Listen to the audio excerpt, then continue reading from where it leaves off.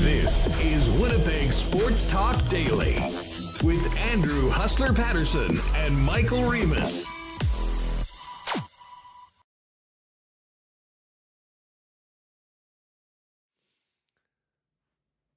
Hey, what's going on, Winnipeg? Welcome to another edition of Winnipeg Sports Talk Daily. We kind of thought this would be just a fun Friday, do some marbles, hook up with Hacksaw and Murat.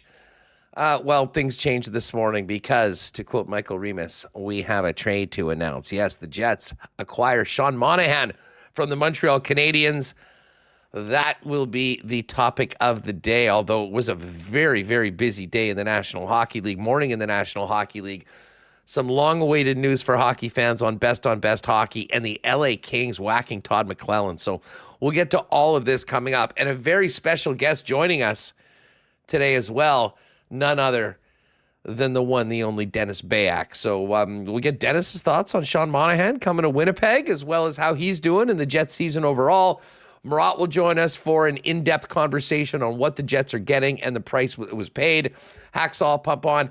And the plan is right now, it sounds like Kevin Cheveldayoff is going to be speaking at 2:45. So we will do our best to have that live on the program. Hear what Chevy's got to say, wrap that up, and then get into a marble race at the end of the program. Listen, just before we dive into it all, a big thanks to our sponsors that make this show happen each and every day. Of course, our friends at Coolbet Canada, Princess Auto, Aikens Lake Wilderness Lodge, and Sport Manitoba with the support of Manitoba Liquor and Lotteries, Boston Pizza, Royal Sports, Little Brown Jug, F Apparel, Wallace & Wallace, the Winnipeg Jets, Modern Man, Barbershop, Manitoba Battery, AEW coming to Winnipeg in April. Stay tuned in the next couple weeks. We'll have some more chances to win tickets for the big wrestling event, and of course, Canadian Club Whiskey, the official spirit of the Winnipeg Blue Bombers.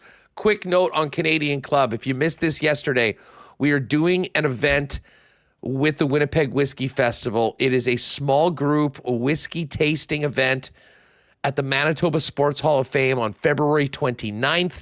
We have an incredibly limited amount of tickets remaining for this. If you do want to join us, jump on it right now. There's a link in the description of this video. If you're with us on YouTube, there's a link right there.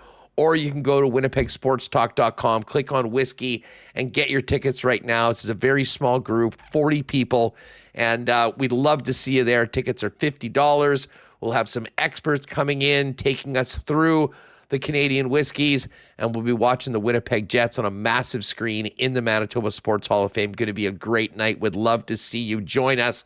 But don't wait to get those tickets because, as I say, there's hardly any of them. And we love to fill it with the WST regulars. All right, let's get down to business. Huge turnout right out of the gate today. If you're new here, welcome to Winnipeg Sports Talk. We're live daily, Monday to Friday, 1 p.m. Central. Hit that subscribe button and join us on the reg here. And while you're at it, help us out and give us a thumbs up. Remo, you've been waiting for a while to drop your famous line, and today is that day. Okay, I can't take credit. It's actually Gary Bettman's famous line, but I just like trying to imitate him, doing my best. We have a train to announce. Should I get the goal horn here? I might have to go get it. Yeah. I might have to go. If it's not there, I mean, I don't think you need to go run and. It's like beside me. It's beside me. Hold on, I'll get it. There it is. And where were you? Okay, this is my favorite question. Where were you when the Sean Monahan trade broke? Because we're going to remember this for the rest of our lives, right? I remember where I was when the Paul Stastny deadline deal happened. So I think I was on my phone about to pour some Raisin Bran. Got to stay regular. And then I got a text, actually. Pierre LeBrun was the first one. I The Stastny deal, I was in the bullpen back at 1290, getting ready for the program when that came through. That was a big one. But as you can see right on the screen, Sean Monahan's coming to Winnipeg, and the cost is significant. The Jets are trading their first-round pick this year to the Montreal Canadiens for Sean Monahan. There is a conditional pick as well involved. It is a third-round selection in the 2027 draft, which will go to Montreal if the Winnipeg Jets win the Stanley Cup, a price they would be more than willing to pay if they get to the top of the mountain. Yeah, that third-round pick, like, they have to list it. First of all, I got the goal horn here, so let's just do this. Yeah, big trade. Big trade. This is the trade siren. I had to... they have to list this trade and all the, graphics. Conditional. It sounds like it's a lot, but yeah, if they win the cup, sure, toss in a third-round pick in 2027, which would be plenty of time to get picks back if you do complete that. And, we've been talking about the trade board and center. There's just not a lot of them out there. Who's Sean Monahan, Adam Henrique were the top names. And, first-round pick, I think kind of steep. It was more... than we maybe thought, considering they were given a first-round pick to take him in the summer of 22. But they were pretty desperate for a center. We've seen how they've played without Mark Scheifele.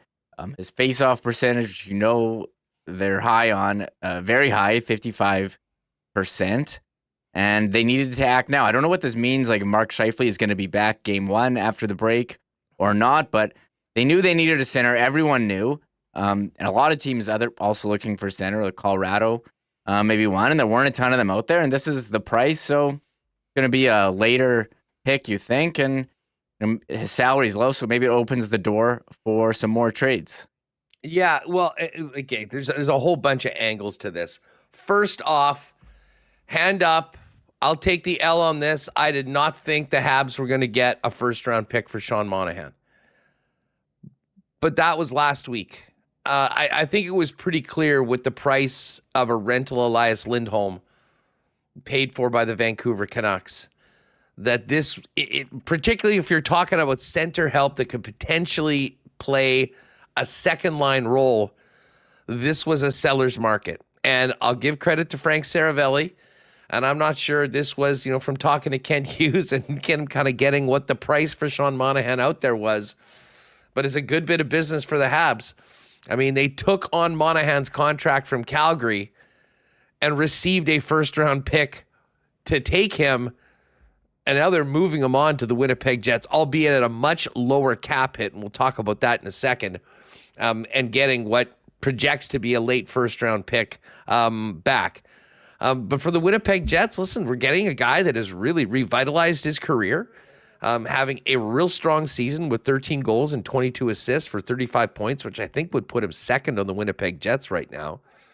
Remis just mentioned his prowess in the faceoff dot, which certainly is going to make Rick Bowness happy, and I think probably will make Monahan more important in Winnipeg than he may have been in some other spots, just because of how much the Jets have struggled in the faceoff circle and how that has been a big, big part of this season so far. I mean, the fact that the Jets are where they are in the standings with, challenges in the dot is one thing, but the power play and penalty kill to a lesser extent struggling this season speaks to how well they've been doing at 5-on-5. Monahan certainly, I think, can add to the power play and hopefully can be a guy that can come in and sort of spark it with a little bit of new blood. But this is about depth at center. And we saw Remis over the last 6 games without Mark Scheifele that this team was just simply not even close to as offensively potent with 55 out of the lineup and what that did to everywhere else. So presumably Scheifele comes back. We have heard from Rick Bowness, and it sounds like Monahan, as expected, is going to be plunked in between Nikolai Ehlers and Cole Perfetti on that second line, which then moves Vlad Demetsnikov down in the lineup, whether he's playing in the middle on line 4 or potentially in some other areas, as he's been such a versatile player. It certainly makes the Jets deeper. I mean, there's some boxes that get checked off by this deal. Many people will be wondering whether this is a big enough impact player to make the Jets the team that can come out of the Central Division come playoff time and truly commit and truly contend for a Stanley Cup. But overall right now, while I was a little surprised that the Habs were able to get a first-round pick, I think getting it a month out from the deadline and having him come into the team and help now certainly makes the price a little easier to take for Winnipeg. And as you mentioned, the cap number on Monahan is key. If you're comparing him to a player like Adam Henrique, Henrique's at almost $6 million. Monahan is at 1.9. So it does allow Kevin Cheveldayoff more options when it comes to further ads closer to the deadline.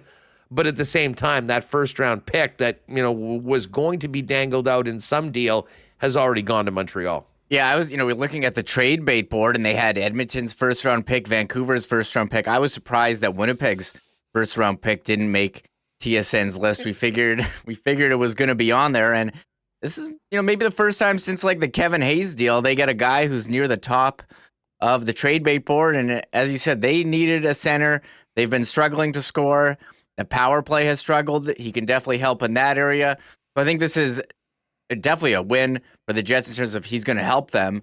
But I think the price was high, and I don't know if he's like a bona fide number 2 center, but he's certainly going to help this roster. And we're not going to be able to evaluate the entire trade line because we think Cheveldayoff will make other moves just from his track record, and we'll see what happens throughout the month. But yeah, to get him a month early, so you have him for February, March, and April instead of just March and April is a win. So I do like this trade for the Jets. Again, maybe a bit expensive, but I think that's just what the market is right now after the Lindholm trade. And there were reports that the Jets were in on Elias Lindholm, and that was a pretty steep price paid for Vancouver. But it certainly is going to help the Jets. And now that he's on the roster, it's official. We can start speculating about lines. As you mentioned, Monahan with Ehlers and Perfetti, and that's what Rick Bowness told Greg Wyshynski at All-Star Week. And here, John Lew's tweeting out, speculating on lines, and this is what we got here now, Huss. Oh, yeah, it's no games on, but we can sit here and speculate about lines. Connor, Scheifele, Velarde, Perfetti, Monahan, Ehlers, Niederreiter, Lowry, Appleton, Barron, Nemestikov, Iafallo, Morrissey, DeMello, Dylan, Pionk, Sandberg, Schmidt, Hellebuck, Brossois. And I think this is pretty solid, solid 4 lines. And it's funny, Ken even mentioned yesterday he was warming up to the idea of Monahan. Could he be a match with Perfetti and Ehlers? And I think this is certainly a solid group here, and you hope they can stay healthy, as we move towards the playoffs. Yeah, and we'll dive into more about what Monahan brings to the Winnipeg Jets with Murat a little bit later on. I mean, I think there are some questions. I mean, like I said, I don't think he's in the Adam Lowry category when it comes to defensive play. But again, this team needs some solid scoring from that 2-hole to play with Nikolai Ehlers, who I think will be the driver of this line. I did have some questions about just the general foot speed. But listen, I mean, Cole Perfetti's not a burner. If he's playing with Perfetti, I think Nikolai Ehlers is probably a guy you're looking at for more zone entries and to maybe be the catalyst as far as establishing zone time. But certainly we all know what Perfetti's done so far this year and how he's produced offensively. I mean, Monahan's been getting it done in Montreal. And Ken did make a great point yesterday. That the way the Winnipeg Jets are matched up right now and the way these lines project with how much the Lowry line plays in those top matchups, this line with Monahan, Ehlers, and Perfetti probably going to be going third over the boards. But I do think we'll probably see a bump in ice time potentially for Ehlers and Perfetti, which I know will make a lot of fans happy. And it could be, especially on home ice, some nice advantageous matchups for Rick Bowness. And now that they've, got a center in the middle of Ehlers and Perfetti with a little bit more offensive pop. Yeah, I agree. I think they'll be confident that's a guy you can put on for the draws. He can play, draws, you play power play, give him a nice center with Ehlers and Perfetti. Now you have, your lines pretty much set. We'll see how long they last. The lines, can change at any time. It's not in pen here, but you like what it brings. And now we can start to wonder, hey, what is there more moves coming? Do they go bring in a guy like Chris Tanev or someone else? And they're going to be set here first game back against Pittsburgh, and we'll have to wait and see. Mark Scheifele, when does he return? And as far as speaking to the media, you mentioned Cheveldayoff holding the press conference on Zoom later this afternoon, which we hope to bring live. And also Monahan will speak Sunday when the players return, and he'll be here. So definitely a lot of excitement. We did put out a poll in chat, Huss. Just a pretty simple poll. Thoughts on trading for Sean Monahan? Yay or nay? Pretty simple. Okay, because I only got two answers. 91% of 382 votes say yay. So the chat overwhelmingly positive. We've got over almost 1,000 people in here. Yeah, it's busy. So if you are here, hit the thumbs up, subscribe. We're here every day at 1. Sub to the channel. To the channel. This is awesome. This is your spot for daily Jets talk here in the Peg, and a nice gift from Chevy on the off week. We thought this was going to be a real slow week. It has been anything but. And of course, in some ways, this is a domino, I would say, from the aggressive move that the Vancouver Canucks made earlier this week to get Elias Lindholm, who was that number one guy when it came to pending UFA centers that could be on the market from teams that, potentially probably won't be in the playoffs. The timing, Schickster mentioned in the chat. I love that we did the trade early. I sort of agree with him on that, and that might be why the price was what it was. I'm sure Kent Hughes would have been more than happy. I mean, they weren't in a hurry. They could have waited it out to get their price. And I think, if anything, Cheveldayoff, who has been historically very, very patient, waiting to get the best possible deal for the club, weighed the value of paying Montreal's price, getting Monahan in now, as opposed to waiting for either other options that may or may not be there to try to maybe turn that first rounder into the Montreal second round pick. It is important to know that the Jets do still have Montreal's second rounder from the LA trade, which projects to be, in all likelihood, a top 40 pick probably once it all settles down. And the other thing about Monahan that, as we were comparing to a guy like Adam Henrique, is that cap number, Reem, at $1.9 million. I mean, he's easily put into the Winnipeg Jets roster in their current cap situation, and still gives Chevy some options as you get closer to March 8th to potentially make another add or two. And it'll be interesting to get Murat's take on that, as opposed to what is next and how much more we might think the Jets would do. And the other side of this, and I know this has been a hot topic, we were talking about it with a number of you on social media last night, the fact that the Jets did not have to dig into their prospect pool. And, when you look at the price paid for Lindholm, when you're getting Kuzmenko, a guy that, scored 39 goals last year, as well as a couple of prospects and the first round pick, there was a worry that, to get a guy that they really wanted, you might be looking at, well, certainly other teams would be asking for some of the Jets' top prospects. With this deal made simply for a pick, you're losing nobody off the roster right now, and you still have Rucker McGroarty, you still have Brad Lambert, you still have Elias Salmonson. The three top prospects in the Jets organization that I think the team will do everything they can to not only avoid trading, but have in the mix for spots next year, helping the team on the cap with some ELC players as the extensions to Hellebuck and Scheifele kick in. Yeah, man, the chat's going in fast here. We just hit over 1,000 people. Got some new members. So is Pat Rathwell, Wayne Bretsky, Robert Gow, Ken 007 with the super chat. Ken 007, thanks, buddy, and welcome to all the new members. And yeah, now let's get to the important questions. What people are asking: what number is Sean Monahan gonna wear us with the Winnipeg Jets? What was he wearing in Montreal? Wasn't he 90? He was 91 in Montreal, which is Perfetti's number now. Perfetti's. 23 previously with Calgary. And that might be why Ken 007 gave a $23 super chat.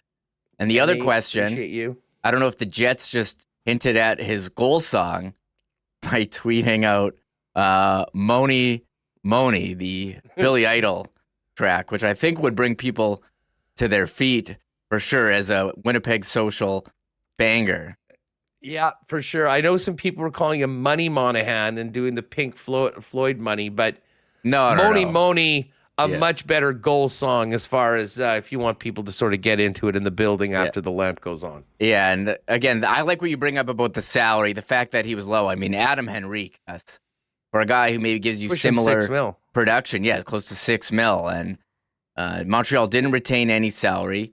Monahan's low, so the Jets do have room, and you have to wonder, are they going to make another move on the horizon? I know James Duthie hopes so, because he's like, well, what are we doing here? He's already tweeting out gifts. He's worried, man. He's got the collar, all sweated up. Like, what are we going to talk about for how many hours on the deadline show? So, the Jets jumping the gun early, and I think teams have realized, hey, we need to make these trades early so you have them for longer. And teams are like, hey, if we know we're going to trade the guy, why are we waiting? We can get the price we want. And for Montreal, you have credit to Kent Hughes, getting a first-round pick to take him and then sending him away. Has that ever happened? That's wild. Good bit of business. Good bit of business by the Habs for sure. And listen, they said what they wanted for it. I really figured that this would be a dance that would go much longer towards the deadline, and we would all speculate, in my case, wrongly, that the Habs would not get a first-rounder for Monahan. Well, they just did, and the Jets paid it. But there is a value to acting now in a similar way to that Vancouver did. I mean, if Monahan can come in, get some chemistry going with his new line mates and help the Jets in the short term, I mean, it's huge. Because as we mentioned, Vancouver make an aggressive move. They're thinking about the playoffs, but they're also thinking about this regular season and trying to finish on top of the Pacific Division. And while at the beginning of the season, myself, and I don't think many of you thought that we'd be talking about the All-Star break with the Jets right there at the top of the division, technically in first by points percentage with some games in hand over Dallas and Colorado, that they have the opportunity to win the Central. And when you look at the landscape of the Western Conference right now, in both the Pacific Division with Vegas, Vancouver, and Edmonton, and in the Central with Winnipeg, Colorado, and Dallas, finishing first and getting one of the wild card teams in round one while the other two teams in their division play each other in round number one is a huge advantage. And that has to be the Winnipeg Jets' goal going down the stretch.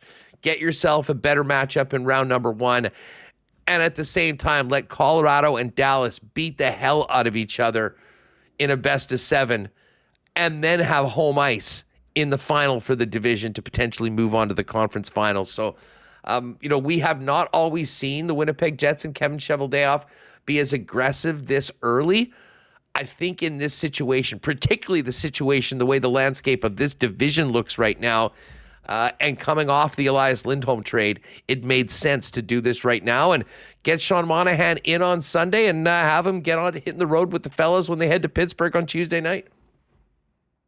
Yeah, I agree. Got to jump the gun. There's a lot of teams who want a center. Not a lot of centers available. Certainly fills a need, checks a lot of boxes, and which is why the chat, 558 people, 92% voting yay over. I just wrote thoughts ? I mean, on the trade, but I think we're hitting a record number of viewers here ever, approaching 1,100 in the chat, 1095. So hey, well, that means there's a lot of new people. Great to have you here with us on Winnipeg Sports Talk. Join us Monday to Friday, 1 p.m. We're live on YouTube, and you can get our podcast available right after we finish the program by going to wherever you get your favorite pods and just search Winnipeg Sports Talk and follow, subscribe, whatever the terminology is on your provider.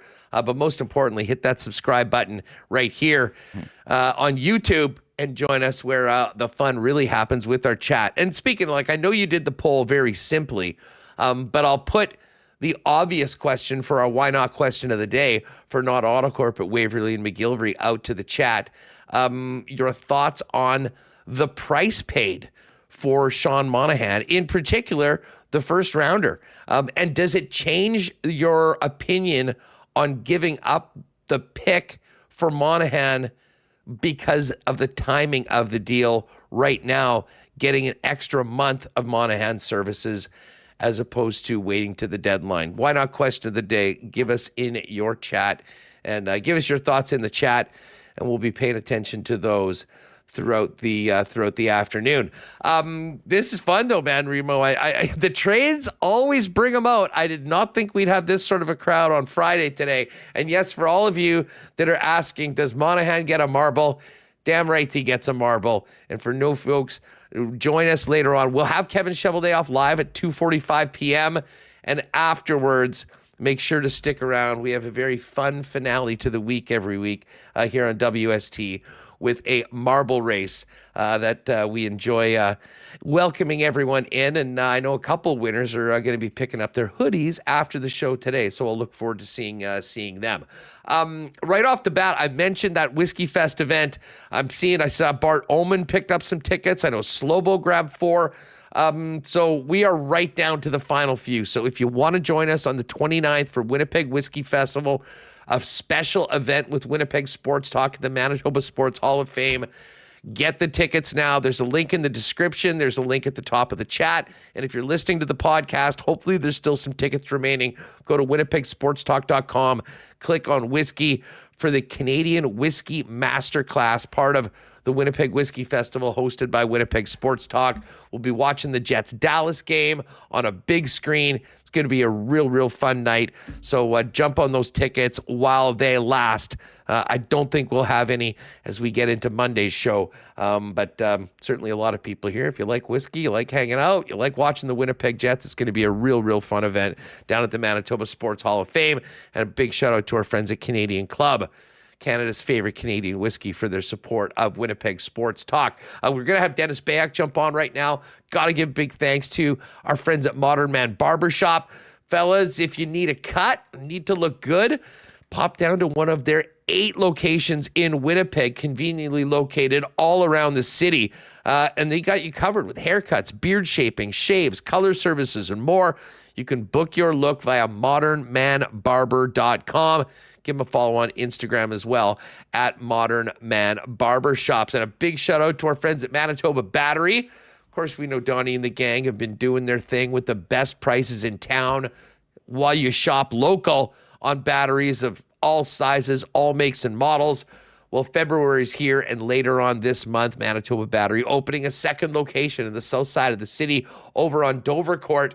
We'll let you know about grand opening specials and sales coming up in the next couple weeks on Winnipeg Sports Talk.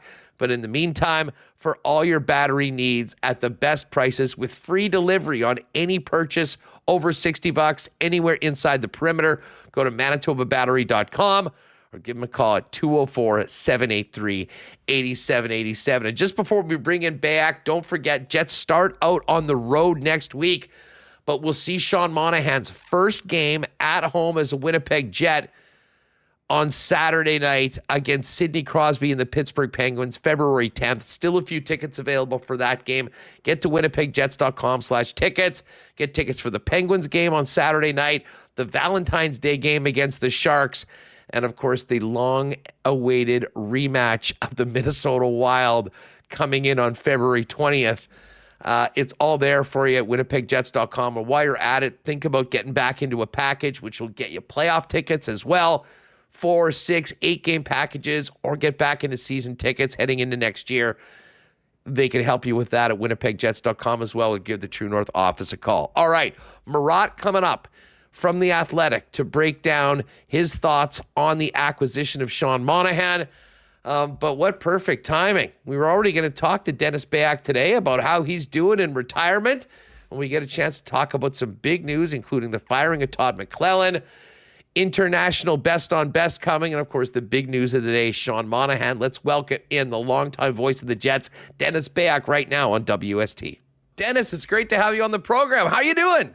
I'm really doing well, Huss. Go Chiefs, go. I'm surprised you're not wearing a Kansas City Chiefs jersey this morning. I've pretty much gone through the entire rotation so far this week, and then we'll be preparing to get back at it next week. Yeah. But today, I'll be honest, I mean, with the Jets off, I didn't think we would have such a newsy day today. I mean, obviously we want to catch up with you in the final tournament, but big news today with the Jets making a pretty aggressive move to get Sean Monahan for a first-round pick. Well, what do you think of the trade and the acquisition by the Winnipeg Jets?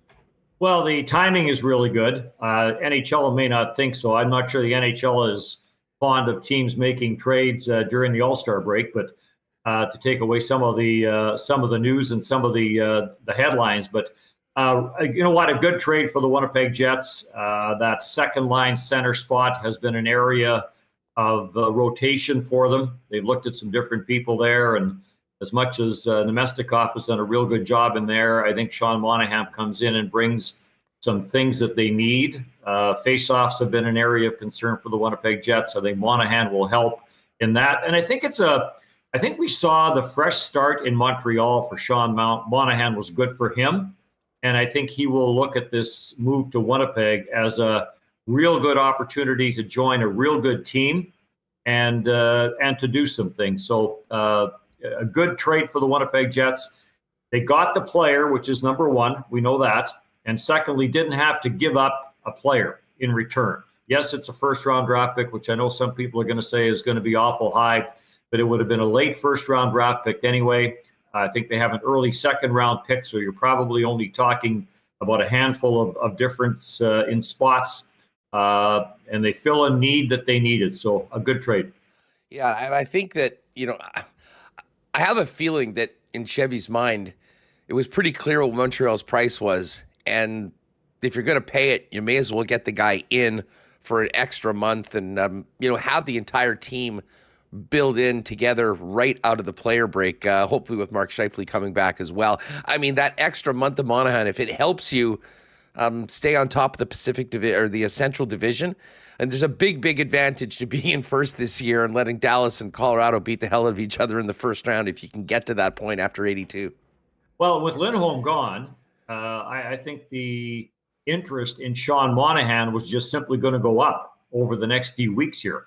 It's not like there's a whole bunch of centermen that are out there that are available, and there are teams that are looking. There's teams that are dealing with injuries. The Rangers have got some injuries right now. They might have been looking to fill that spot as well. Other teams, Boston's looking. So I'm not sure the price would have come down on Monahan. So you know what? You get the deal done. You bring him in right now. Maybe the Jets need a bit of a spark going into the post-All-Star part of the schedule. Lots of talk during the break here about what happened last year. I can't see that happening. I think if they get everybody back, if Brendan Dillon's ready to go, Mark Scheifele's ready to go, they add Monahan, I think it's going to be an exciting finish to the schedule and certainly a great run. Well, Dennis, it's been a minute since we've had you on. I mean, just thoughts on the season so far this year and just how well this team has played and where they sit in the standings as we get into the, the rush to the trade deadline and the playoffs. Yeah, they were having good years from a lot of people, and it kind of dried up a little bit, and I think that's kind of been the issue offensively here as of late. Nemestikov, Niederreiter, Cole Perfetti, some of the offense from some of those players has dried up a little bit. I don't think that's an area of major concern, and I don't think it's going to be a long-term effect. I think we'll see some of that once it's all hands on deck here for the second half. But there's always areas that are of concern to coaches. I know that the power play gets lots of talk and that, but this is a real good team. I think what we've seen from Mark Scheifele this year has been very positive. Josh Morrissey, I think the naming of Adam Lowry captain of this team was a move that had to be made, and it's paid huge dividends, I think, in that dressing room for the Winnipeg Jets. So a team that seems very much together. I did go to the Winnipeg Jets game here when they were in Arizona. That's where we are. And, did get down to the dressing room, and there seemed to be, they won the game. Lots of smiling faces, lots of happy people in that dressing room. So it's been a real good year for them. And now we get down to the crunch time. Well, winning is fun, and they've been doing a lot of it so far this year. And obviously now with Sean Monahan, expectations will continue to be high heading down this stretch, and we'll see what happens in the regular season and hopefully a long playoff run. I have to ask you about what's happened in LA. I mean, a nightmare start for Pierre-Luc Dubois, and despite winning that final game in Nashville heading into the break, Todd McLellan fired today, Dennis. They had such a good start. It's almost it is shocking, frankly, that this team is where they're at right now.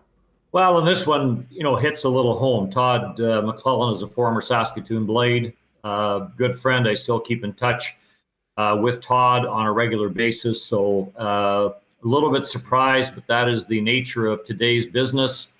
I said this before, Pierre-Luc Dubois could be leading the NHL in scoring, and that was still an excellent trade for the Winnipeg Jets.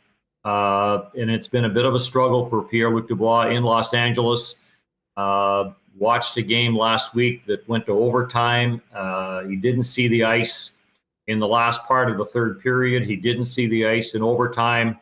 So obviously it's not the year that he was looking to have. I still think Pierre-Luc Dubois is a good hockey player. And maybe when things settle down in LA, we'll see the player that he can be. And LA expected him to be. But certainly a lot of pressure now on Rob Blake, the general manager. He made the trade. He did the signing. And, they were strong up the middle. That was the question mark. And the other question mark is they had such a great start to the year. So what happened? And, coaches, that's why coaches get paid a lot better now than what they did 15 years ago, is because the first person that pays the price is the coach, rightfully or wrongfully. It's the coach that pays the price. And we'll see. We'll see whether Todd decides to continue or whether he decides that this is enough coaching and he moves on to something else. But I was surprised. I wasn't surprised. The fact they won that last game, I thought maybe they would give it some time to see whether or not that was a kickstart and they can get back to what they were at the start of the year. But obviously, Rob Blake felt differently, and the coaching change was made. Yeah, and obviously we'll get to more of that later on today on the program. Hey, one other big news, and this is just great for hockey, the sport in general. Olympic participation in 2026 is a go, finally. And we're going to have a mini 4-team tournament next year, which I know isn't the true best on best of the entire world, but sign me up for Canada, USA playing a couple times in best on best. Well, that best on best is always good. You got the country rivalries. You always do. We've all followed international hockey enough to know that there's some great rivalries. There's some great players that are coming from other countries that get a chance to showcase their talents. As far as the Olympics is concerned, I think this is terrific. I guess it gives a chance for Crosby and McDavid to finally suit up together on the same team. But I just think best on best in the Olympics like this is terrific for the game of hockey. And I know it's difficult for the owners, and that's where the split came, and that's where Gary Bettman was hearing from both sides. There's some owners who simply don't want to take the risk, number one, of losing some of their players to injury from an Olympic competition. They don't want to take time away from the schedule at that time of the year, which is a good time to draw fans. So that's a concern for some owners. But for the good of the game and the big picture, I just think it's great to have the NHL players at the Olympics. It's best on best. And I think as hockey fans, that's something we always love to see. Well, and speaking of best on best, I will say I'm actually quite intrigued and looking forward to this skills competition tonight with what they've done with the top 12 players doing multiple events.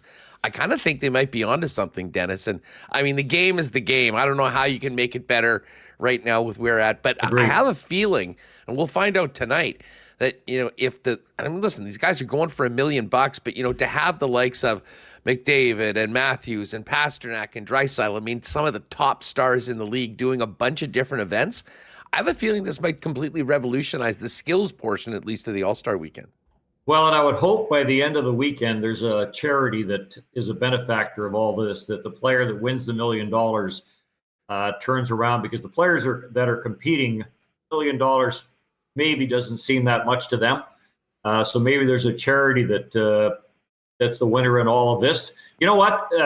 We talk about things having to maybe hit rock bottom before they get turned around. Last year in Florida may have been rock bottom with some of the events that they had there. And I know they tried to bring in how great Florida was and the sunshine and the warm weather and the ocean and everything else. But you know what, there were some things last year that I'm not sure true hockey fans or even average hockey fans enjoyed watching for more than 30 seconds.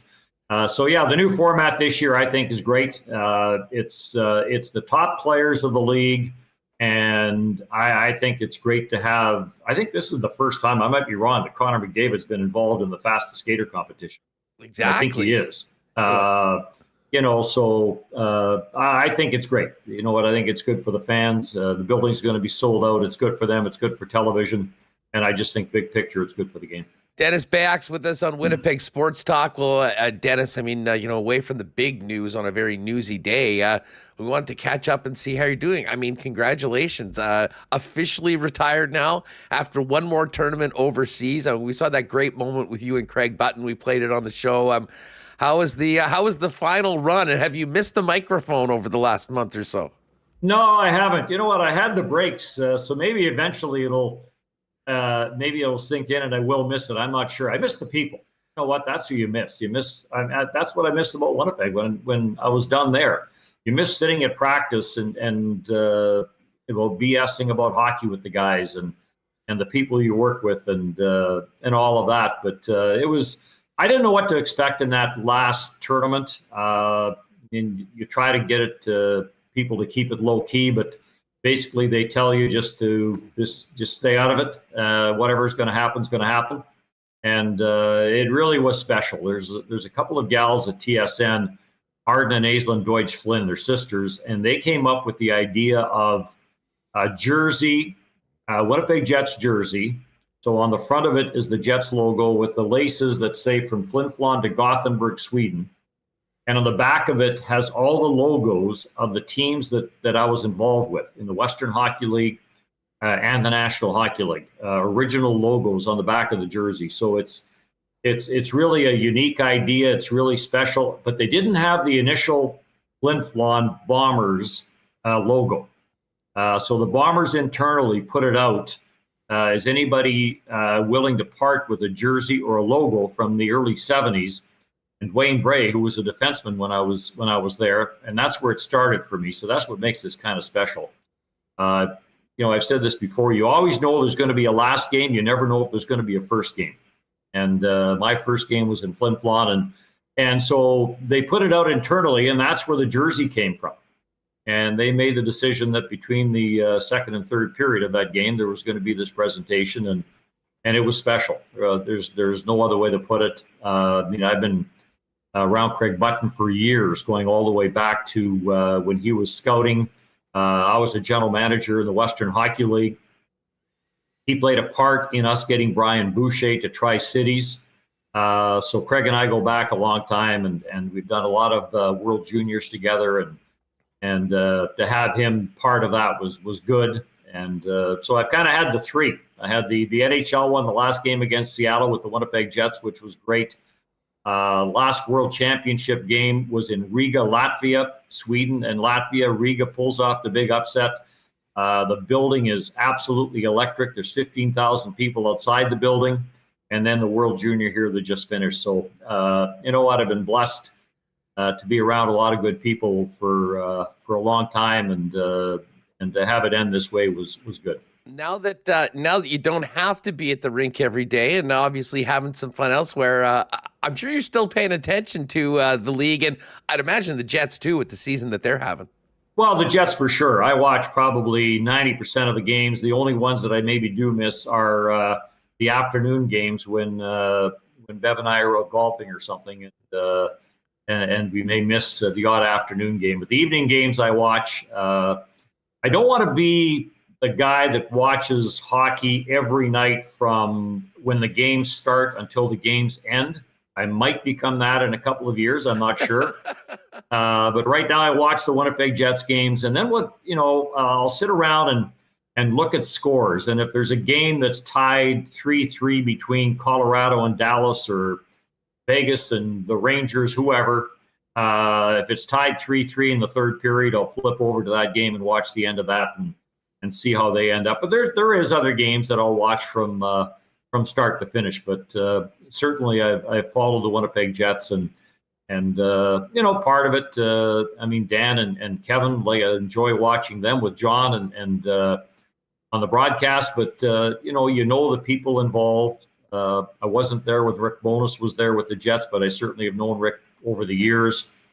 Scott Arniel, of course, and then the players that were there when I was there, the Adam Lowrys and the Scheifeleys and the Morrisseys, and the list goes on and on and on. So you don't spend that much time around people and then just kind of forget about them. So, yeah, I watched the Winnipeg Jets and have enjoyed what I've seen. Well, and, you mentioned Rick Bowness. I mean, Rick's touched and probably, has had an effect on just about everyone. I mean, 50 years in the game, but how cool is it that the Jets were able to get Bones to the All-Star game? Not that there's much coaching to do in this 3-on-3, but man, it's great to see Bones there getting recognized. And I think it's a real honor for the Jets organization to have Bones there based on what they've done so far this year.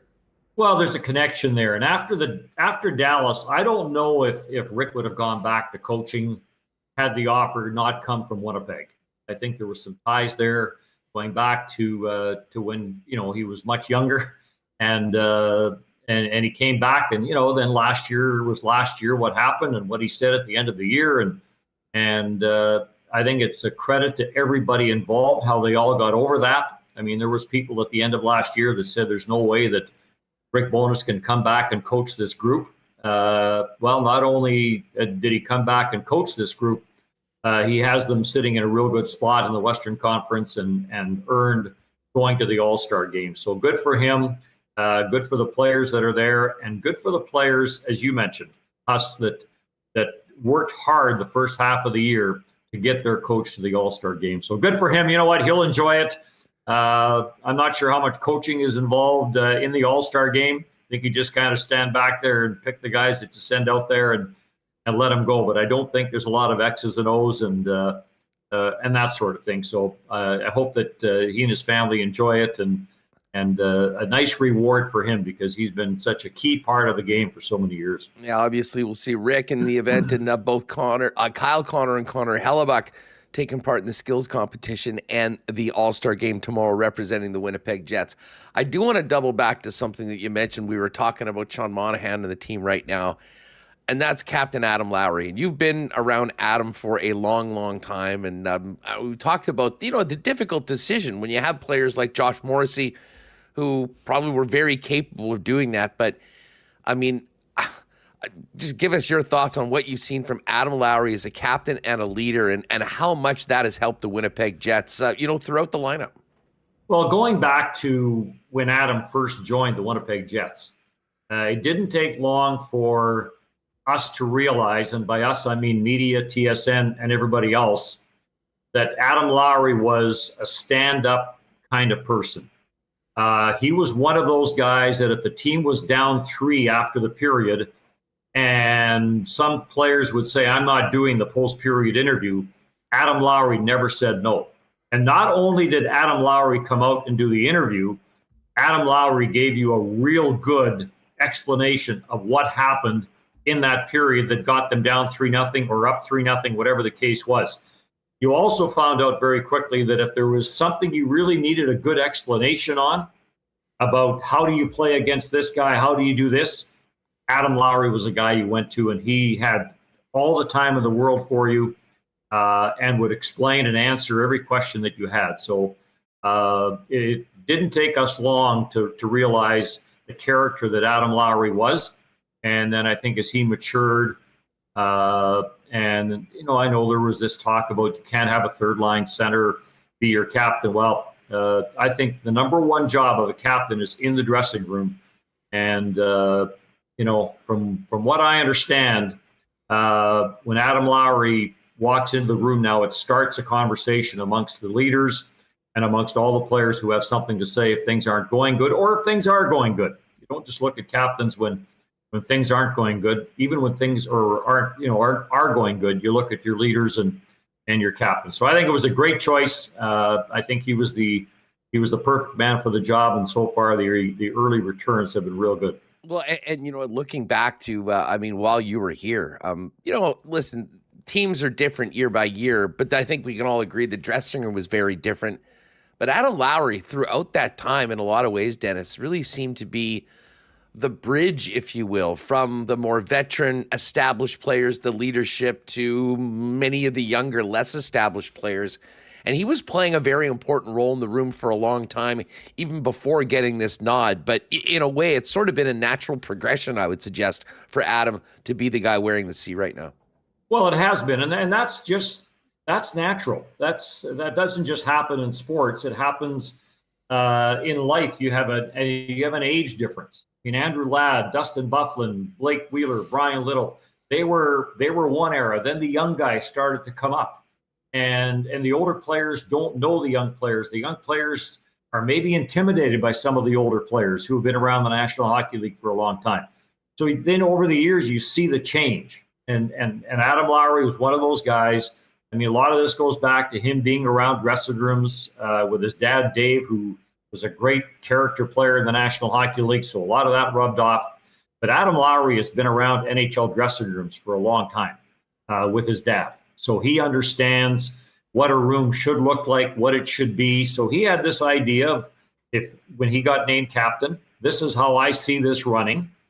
And he's followed through on that. But you're right. Back in the days when you maybe had an older team and a younger group, Adam Lowry was the go-between. And so now it's the younger guys. And they're not young anymore. The Mark Scheifele's, the Josh Morrissey's, the Adam Lowry's. But I think it's very much an open dressing room. And this isn't a knock on anybody, because I think when young players come in and you have established players, I think it's difficult. It's no different than our business. If we come in there and there's veteran broadcasters, we maybe aren't as open to say things as we would be in our own little group. And but it's really worked out well, and it's good to see what Adam has done. Dennis, might we see you make a special guest star appearance back here for maybe a little playoff action, a whiteout in a couple months? I don't know. The thought has crossed my mind, but we'll see. The red carpet will be rolled out if it happens. Well, you know what? I've enjoyed just sitting back and a glass of rouge and or a Paloma, whatever the case may be, and just being a fan and watching the game on television. So, but you never say never. I mean, it's lots of connections to Winnipeg. I mean, our tenure in Winnipeg, and Bev and I I loved our time there. I mean, she's a Saskatchewan girl and I'm a Manitoba boy, and it couldn't have. The NHL part of this couldn't have ended up any better with coming back to Winnipeg for the last 11 years. The Jets coming back and coming back and having the opportunity to be the broadcaster for them. And it was great on the ice. It was great off the ice. I still have lots of friends and relatives in Winnipeg, so it was good to get back and reconnect with them and meet a lot of new friends like yourself and everybody else along the way, Michael and that. But we'll see. We'll see. It's going to be an exciting time. I think it's going to be an exciting spring in Winnipeg, no doubt. Well, I didn't like the fact the groundhog today said there's going to be 6 more weeks of winter back there for you guys, though. Well, I mean, listen, I'm not sure how much say the groundhog has in it, to be perfectly honest, Dennis, but it's gorgeous out right now. I mean, we're last week of January, with it being plus is a win for everybody in Winnipeg. I don't know about this global warming, but maybe Winnipeg's the winner in it all right now. Just quickly on playoff hockey, I mean, you had this incredible career, done so much. I would imagine that those atmospheres at Canada Life Centre in the playoffs, particularly that run in 17-18, has to be amongst some of the most fun you've had as a broadcaster. Well, no doubt. The win in Nashville, I remember saying we're off to Vegas, and you know what? It was playoff hockey is special. I mean, we see the whiteout in Winnipeg, which just adds more to it. But what happens in playoffs? Every play gets magnified. Every face-off becomes more important. Every penalty kill becomes more important. Every little play that during the season would just be sloughed off as a little play, it's not a little play. It's big because it means something. And you still go back to and little things that you remember. If they would have been able to finish off Nashville in Game 6, and I know it's hindsight and it's a moot point now. You wonder what might have happened, but they didn't. And but some of the that first game, the against some of the games, the goals against Nashville. There was a couple of goals there. I thought the roof was going to come off the building in Winnipeg there, and I think this was going to be another run. 2018 was really an exciting time in Winnipeg. And I think the spring of 2024 is going to be an exciting time in Winnipeg. Well, I'll tell you what, Dennis, I know you're paying close attention to the team. We may twist your arm and maybe get you off the links for a little bit as we get closer to the playoffs to talk a little bit more about this. Sure. But thanks so much for doing this. Obviously, we all feel so lucky to have crossed paths with you and worked with you. And the love from you in the chat. Especially, when you officially finish things up with the World Juniors was, you could just see the impact you made on so many hockey fans here. So it's just great to have you back, get a chance to catch up, and wish you well. Hope the putts will be dropping and you'll keep them straight, and keep on enjoying some Winnipeg Jets hockey from the comfort of your own home with that glass of red.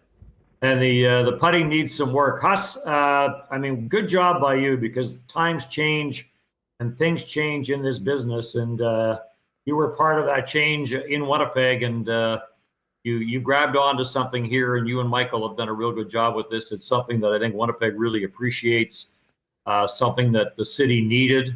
It's hard to believe that the city was going to have to survive without any kind of sports talk at all, and you filled a void, I think, for a lot of people here. So congrats on that, and keep it going.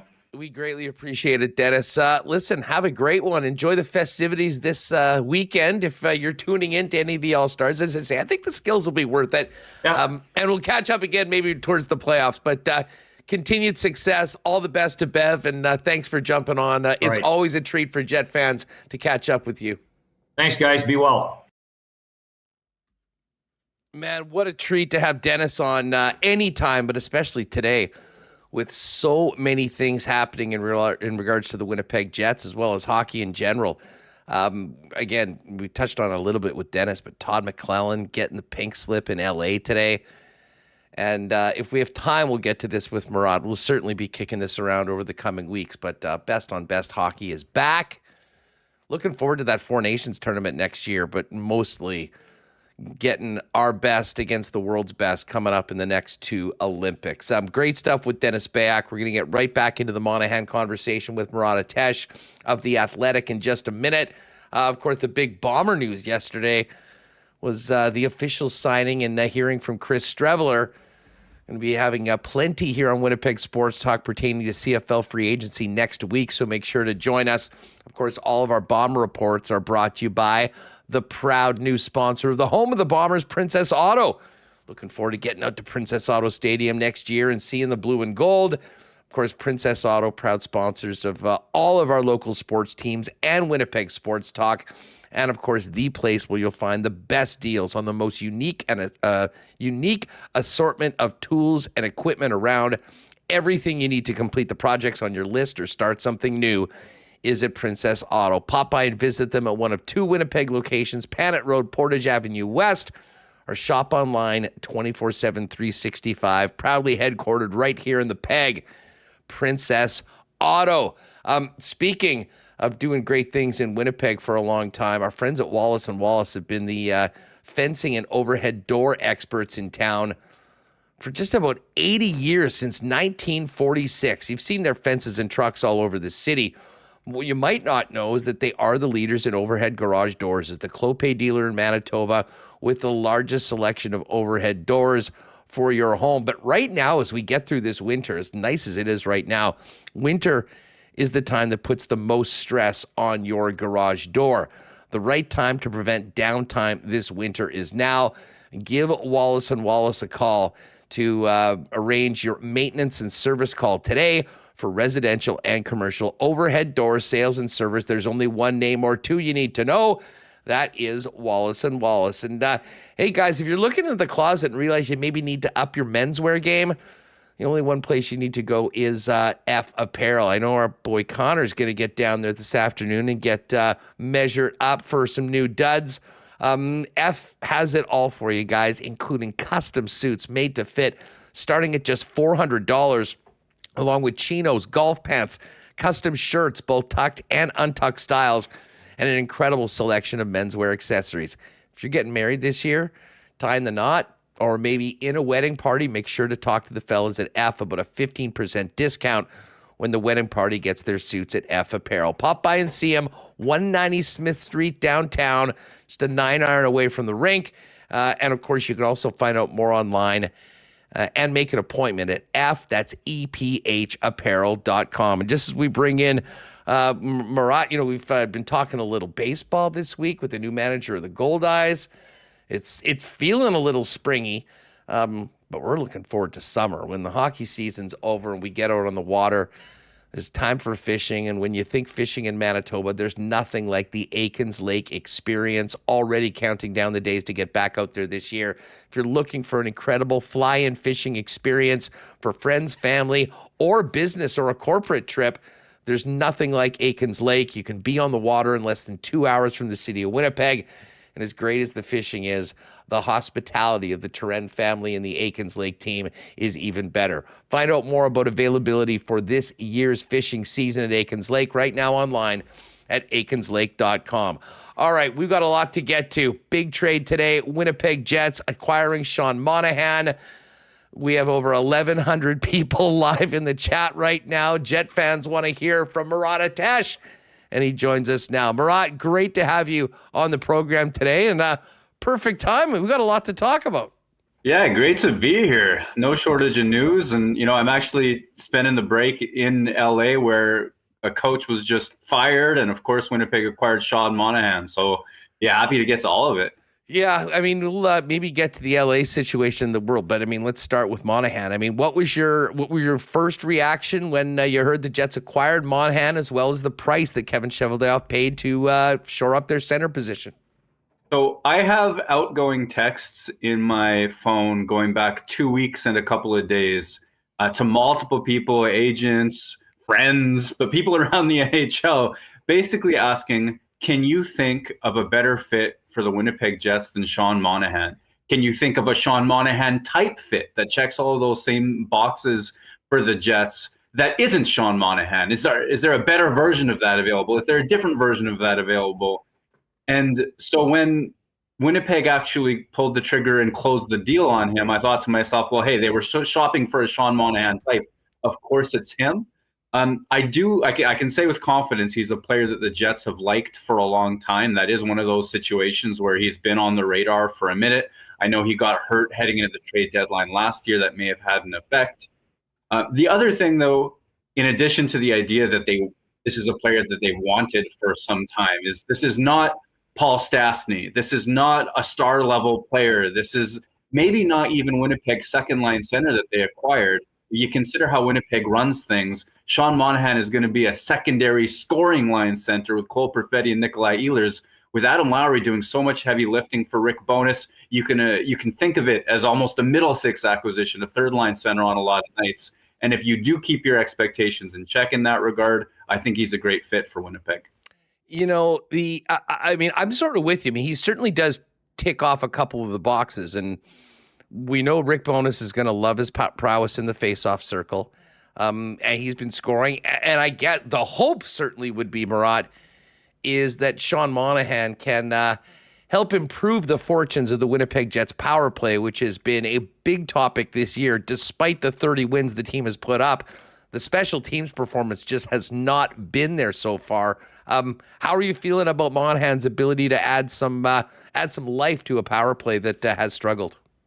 Yeah, so that was actually one of my first plays after getting up a couple of words for The Athletic, and I have a bunch more coming today, got a full deep dive going into it, and of course Kevin Cheveldayoff is speaking soon too. But my first play after that was to watch 40 Sean Monahan power play shifts back to back to back to back. And so what he's done in Montreal is he's scored 10 power play assists so far this season. He's on pace to set a new career high on that front. How is he doing it? He's playing in the bumper position, middle of the ice. He's got tremendous vision. He's got eyes on the back of his head, really, and he gets a lot of puck touches from that position.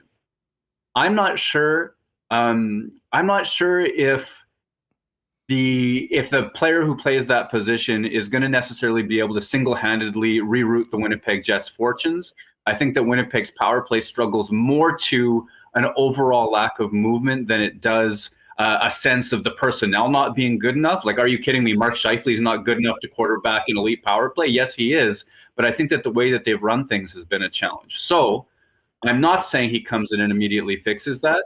I am saying that he does some things that Winnipeg needs. And based off what I watched from his Montreal shifts, here's what he's going to do.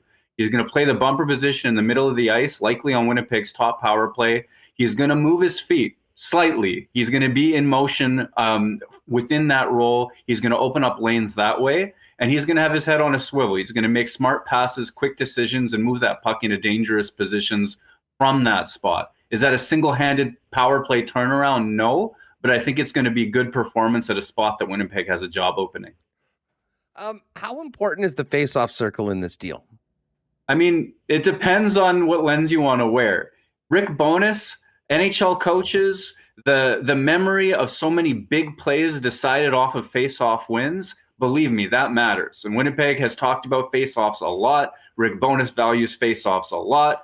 You go back to Sean Monahan's, sort of post-injury career. If you focus just on Montreal, he's won 55% of his draws overall 55% of his draws on the power play. That's going to give Rick Bowness and company trust and faith and optimism that he can win those defensive zone draws on the left side, his strong side. He can be somebody who wins draws when Adam Lowry isn't going or when he needs a break, because certainly that's been Winnipeg's premier face-off guy this season. So that is going to be big. And I think that the confidence that Winnipeg will have from his role as a face-off winner is going to have a trickle down, because Scheifele's line is a known quantity when healthy. Lowry's line is a known quantity. But one thing that happens is that secondary scoring line with Ehlers and Perfetti gets off the bench third. And that's not just third off the beginning of a game. It's third off of a TV timeout. It's third when things get chaotic. I think Sean Monahan's ability to win those D-zone draws, offer a little bit of size, get that puck going north. He's not a premier shutdown defender, but he can win those draws and do some things, move the puck. I think that's going to offer more ice time, more confidence in that line overall. And if Winnipeg's a playoff performer, you need three lines that can outproduce their minutes. And I think that's going to be an enormous piece. By the way, shout out to, and listen, everybody in chat. We're setting records today with the amount of people joining us live on YouTube. Great to have everybody new here. If you haven't already, hit that subscribe button. We're here Monday to Friday, 1 p.m. here on Winnipeg Sports Talk, live on YouTube. And follow and subscribe to the podcast wherever you get your favorite pods. Comes out right after the show, usually around 3:30 in time for your ride home. And hey, thanks very much to Stan Scott, who loved our visit with Dennis Beyak. Nice, appreciate the super chat, Stan. Dennis is a class act, great show, guys. Murat, Rick Bowness has said it looks like Sean Monahan is going to start with Nikolai Ehlers and Cole Perfetti. That was the real big hole the minute Vlad Nemetsnikov moved into Mark Scheifele's spot. You sort of mentioned this in your last answer, so I'll probe a little bit more. For folks that have been hoping to see more Perfetti and more Ehlers out at 5-on-5, should this maybe get those numbers up a little bit, the addition of Sean Monahan? I mean, it should get those numbers up. Absolutely. Does it get them up high enough to warrant that listing as the second line that you got on the projected lines list there? I honestly don't know. Like that Nino, Lowry, and Appleton line, I love that you had to shorten Niederreiter because it's so long for the graphic. Like that is Winnipeg's matchup ready line. It's one Rick Bowness is going to go to a lot, and you better believe it's doing heavy lifting in the playoffs in any sort of home ice advantage matchup situation. But the thing to consider when you're asking, like, are they going to get more minutes, Perfetti and Ehlers with Monahan between them?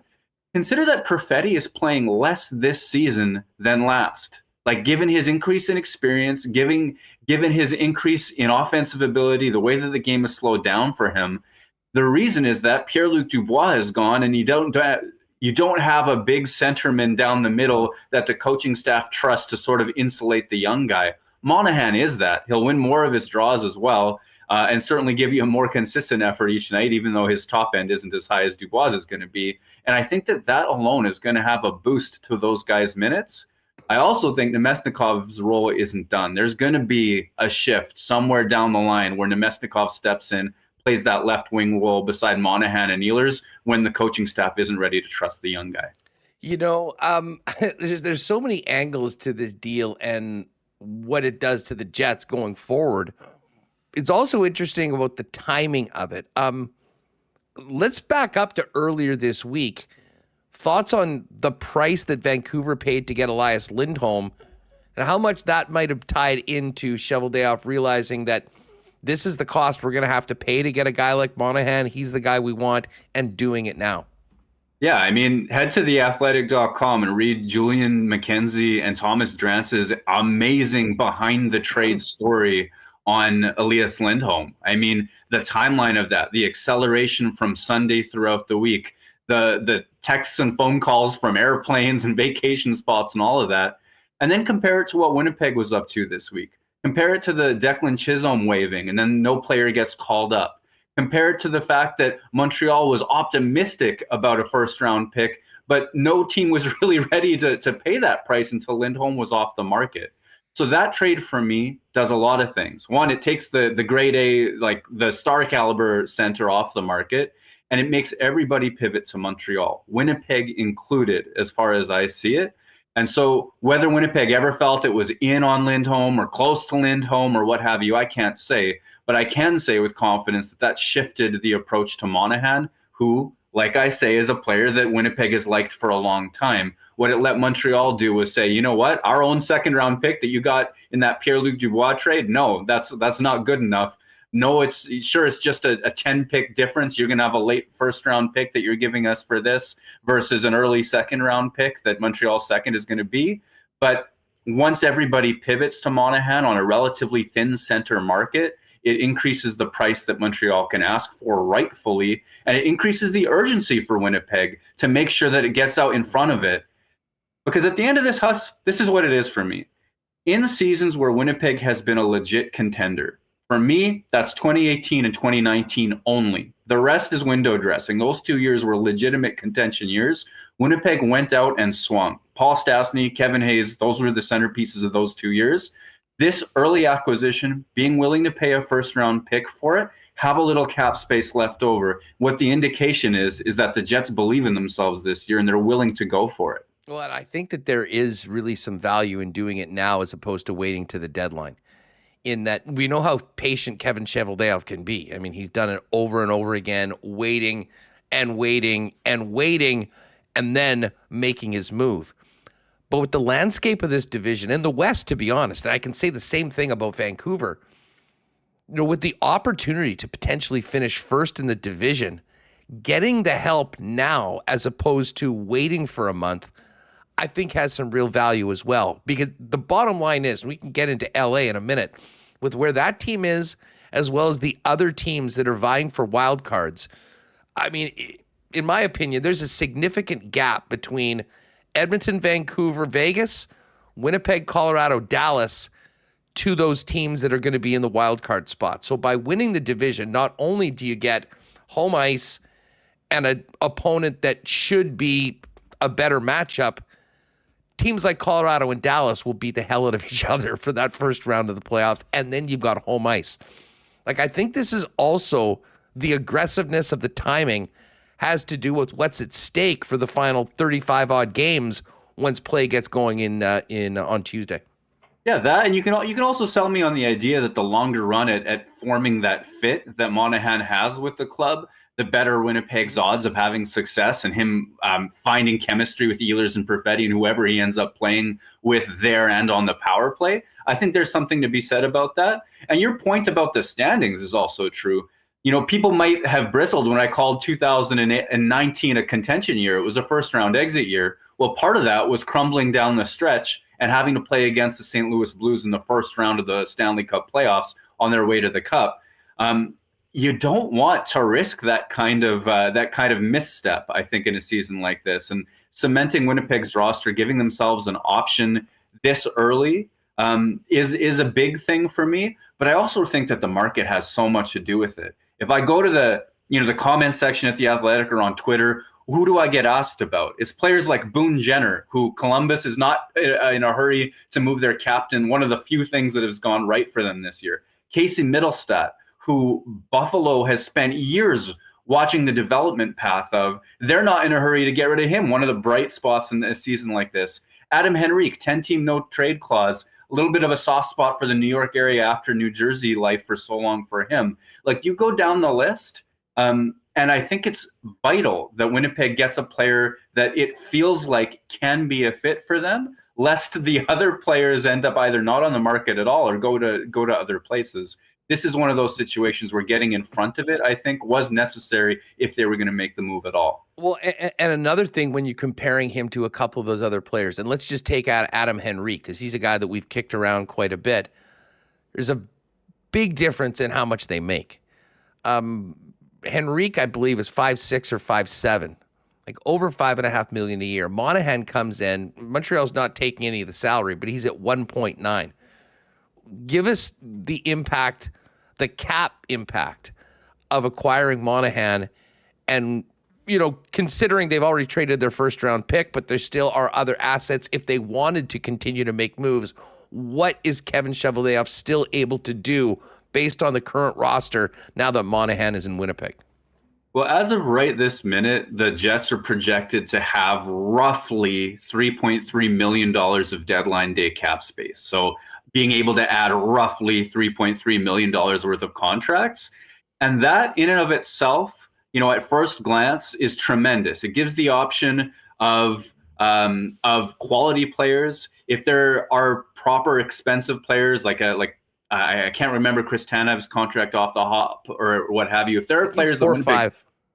So if there's contract retention in a trade like that, Winnipeg can afford it. You know, that's kind of the major difference of acquiring a Monahan versus an Adam Henrique, is that there's room to play. Now, that $3.3 million number is going to go down a little bit because Cole Perfetti is likely to hit about $850,000 worth of performance bonuses on his entry-level contract. So subtract that. There's also going to be some finagling as guys get healthy, as other players possibly get hurt. There could be some finagling as another player is sent down. So 3.3 isn't an exact number to go running with. But the big difference is it leaves room to play. And if there is a fit, if there is a deal to be had, something that Cheveldayoff can find that he believes will help this team, they have the cap space to do it. And, of course, the budgetary support from ownership. The last thing, kind of Huss, on the cap space thing, we don't talk enough. Nobody talks enough about how important it was for the Jets to trade Brian Little's contract a couple seasons back. The fact that Winnipeg is not in long-term injured reserve this season, as they would have been with Little in tow, as they would have had to go into with the various injuries they've had if Little's contract was still around, or if they hadn't managed the cap as well as they have, wouldn't have allowed any of this to happen. Not Monahan, and certainly not the thought of even one more move before this is all said and done. No, it is a great point, and you know, I mean, it is confusing, and sometimes it's complicated, and because of that, that's not something, you know, we spend a lot of time talking about daily, but the NHL GMs do.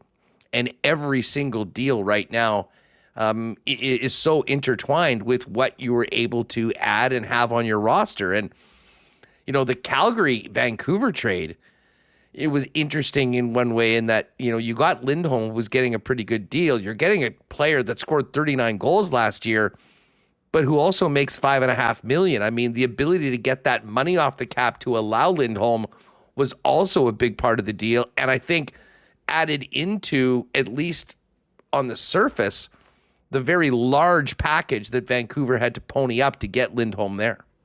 Yeah, and it's a case of, I think Patrick Allvin's done this a couple of times, striking a little bit early, and that may have required a premium. Certainly Kuzmenko's situation's a little bit unique, and there's other kind of things there. But they did offer quality, and there is a lot there to earn the services of a player like Lindholm. I've got to be honest, like when I wrote about the trade targets for the Winnipeg Jets, Lindholm was number one, with the extreme caveat, and you can find it there, saying, I think there's going to be a bidding war for this player. Next up, Sean Monahan, I think this is the realistic acquisition.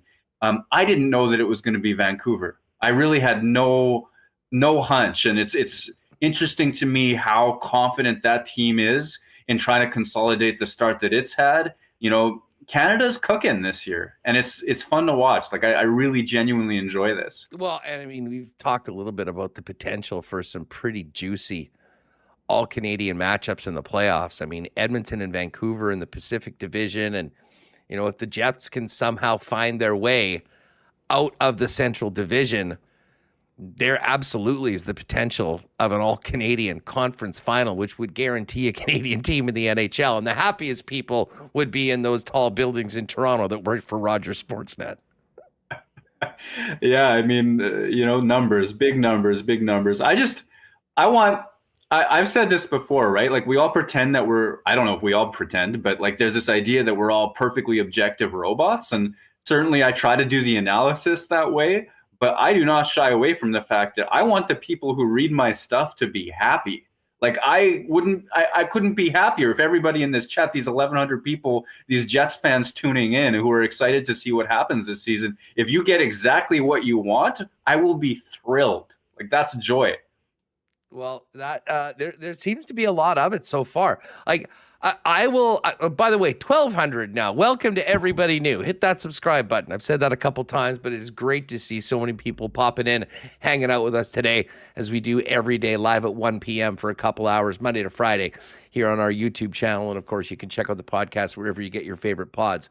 The price, before the Vancouver trade, I did not think, I thought it was wishful thinking maybe that Montreal would be getting the first rounder. The fact that they did, is it more to do with the scarcity of centers that could fill a role like this? And how much does it have to do with the bar being set by Vancouver with the price that was paid for Elias Lindholm and what was left on the market? I think that Vancouver's price does set like the high bar for prices.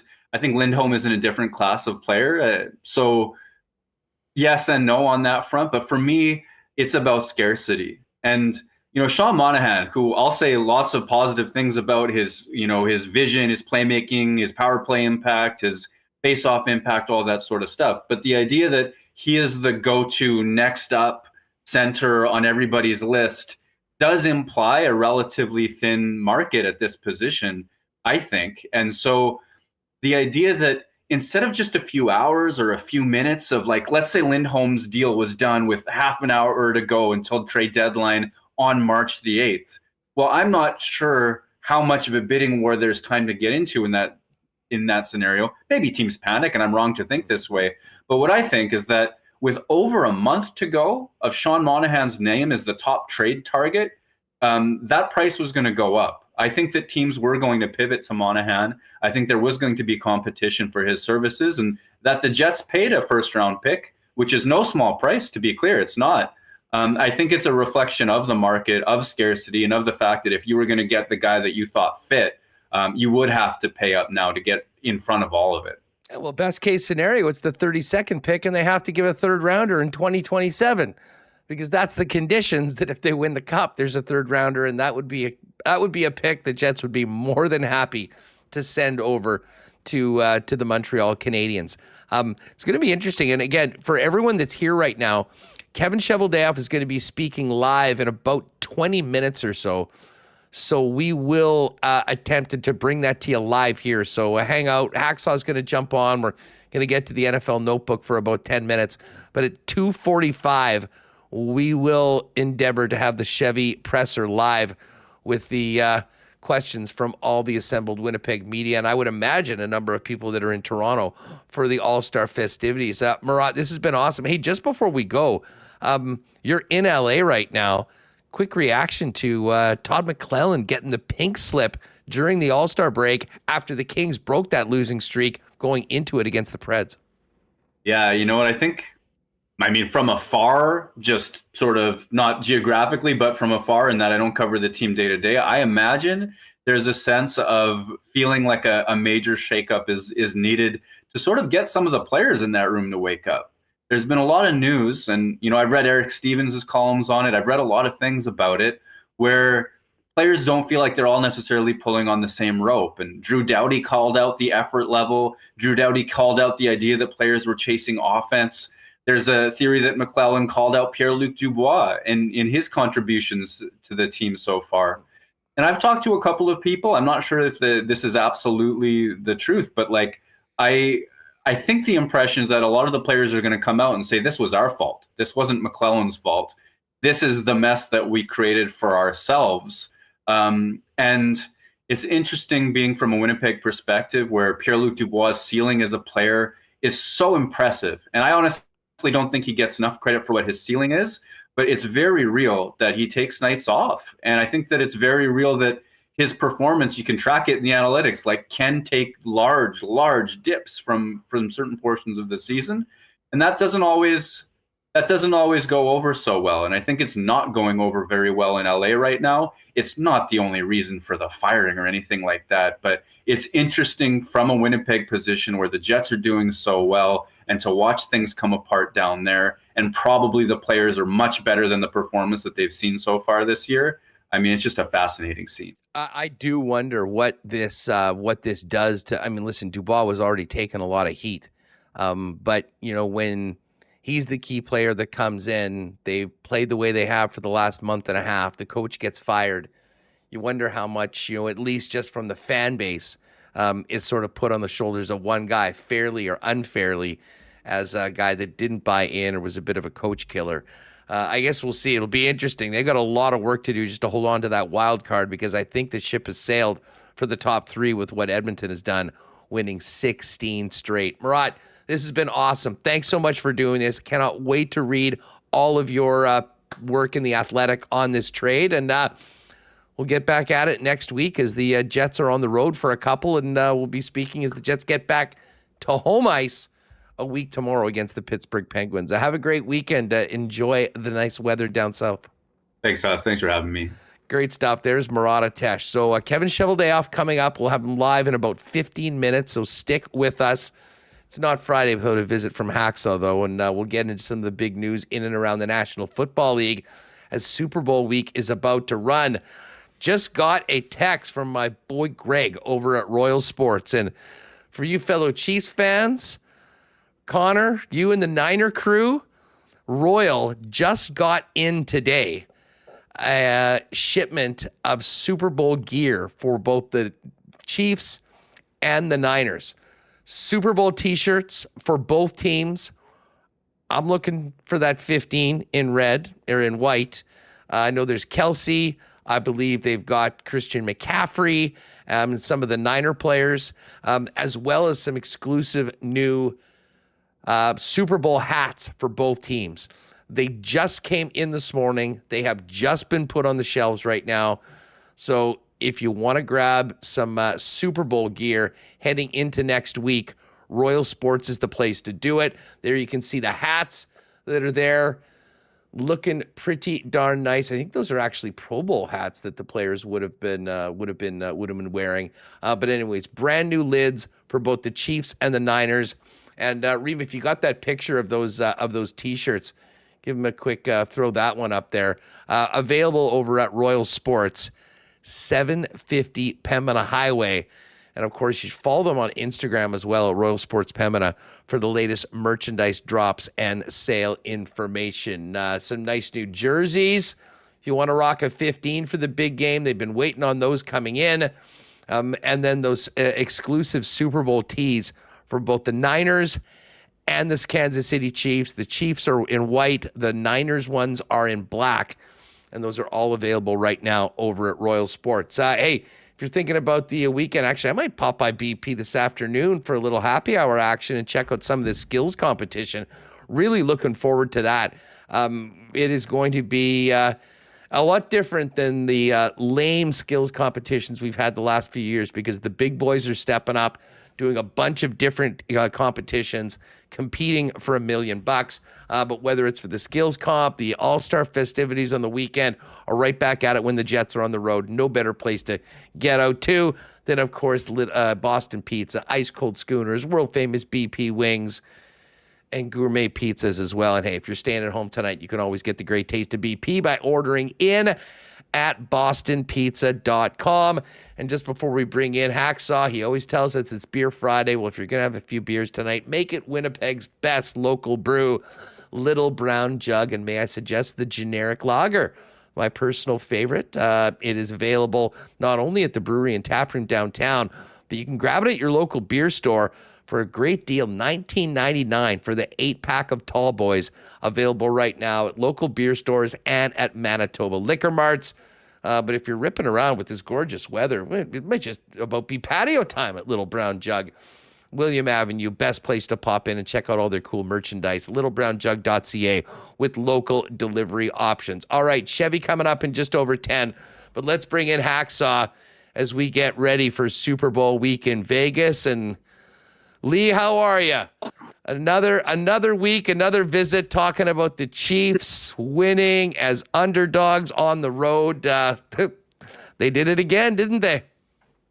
I thought you wanted me to talk about Travis and Taylor, because that's what everybody here stateside's talking about. America, it's crazy. America's going crazy about Travis Kelce, Taylor Swift, the TV ratings, etc. What she's bringing to the NFL, what she's bringing to the TV networks.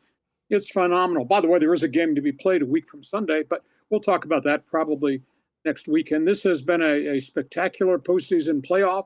The TV ratings have rocked. We had an all-time high for the AFC Championship game of 55.5 million last Sunday.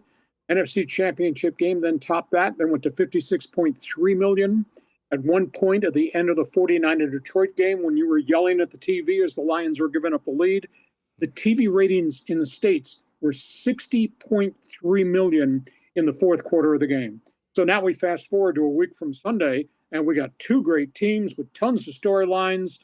You know, we might bust 65 to 70 million viewers for Super Bowl Sunday. It's going to be fascinating. Well, you're right. By the way, shout out to Spency. Thanks for the super chat, pal. Hype train. WST can't be stopped. Choo choo. You're the best, Spency. You know, the games were great, but very different games. You know, the Chiefs coming out, the precision and execution of their offense in the first half really set the table. And it has been like 2.5 months since their defense gave up more than 7 points in the second half of any game. And they really just sort of controlled that game. Baltimore made them some mistakes, very undisciplined, which hurt them. And then you look at the NFC game, which was so different. I mean, a huge first half by Detroit, and then the massive Niner comeback in the third quarter where they were tied like in about 9 minutes.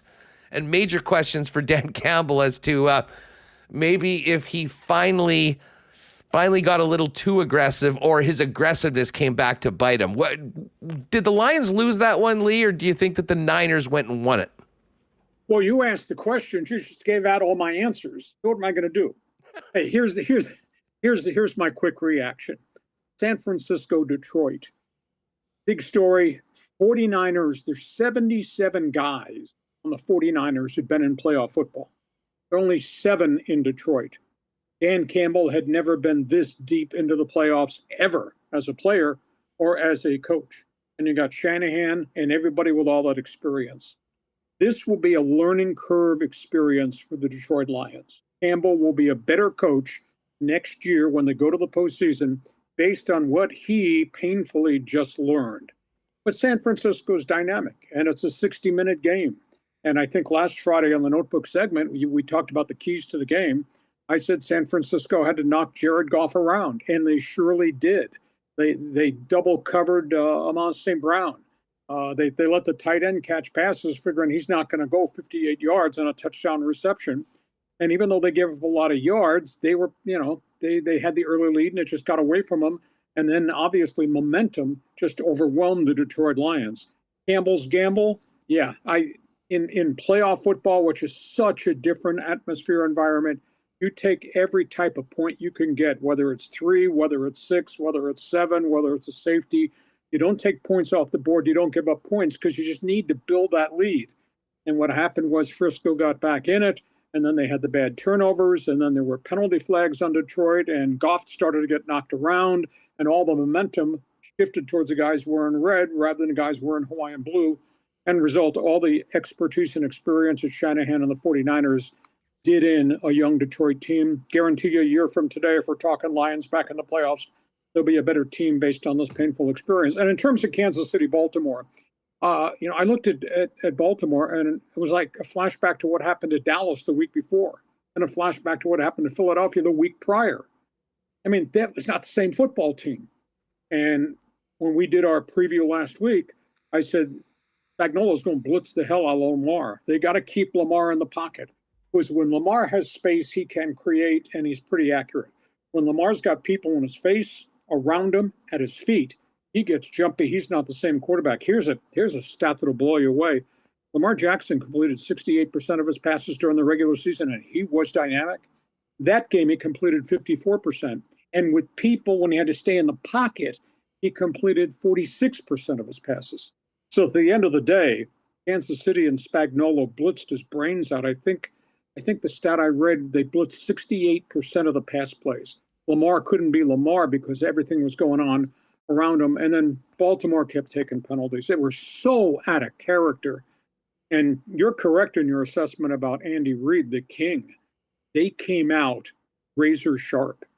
And I don't understand John Harbaugh staying in that zone as long as he did, because Mahomes and Kelsey coming off the line of scrimmage, they saw zone.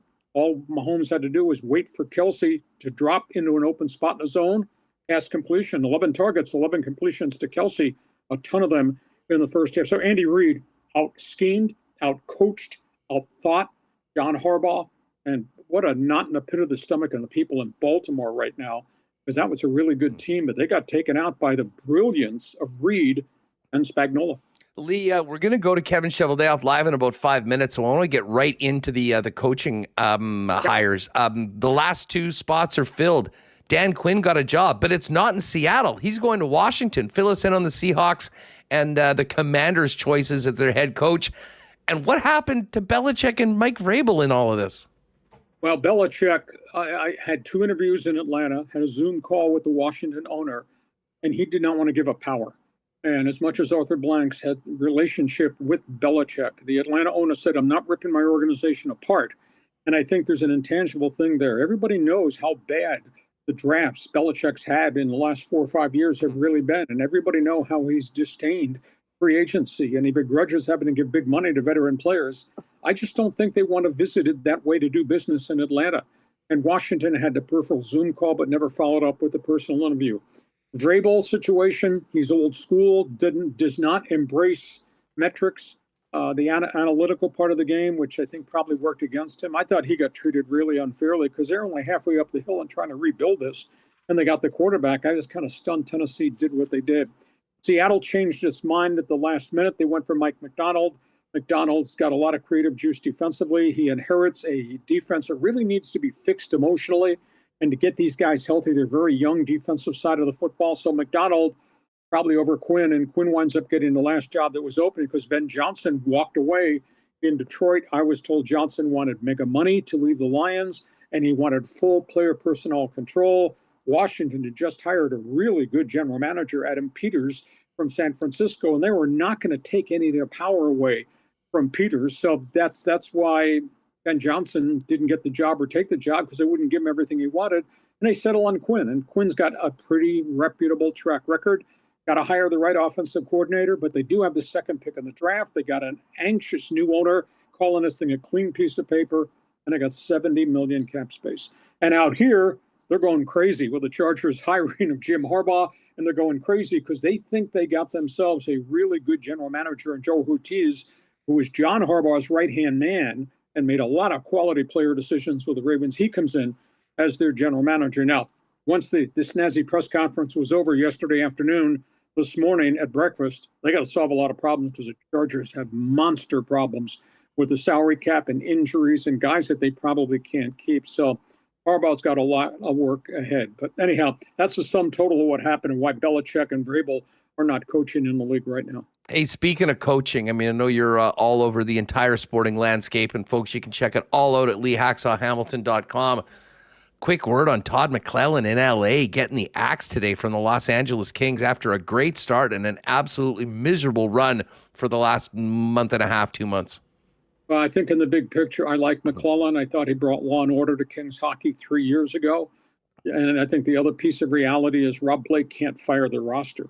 They've got so many guys making $8 million a year who are not playing really well.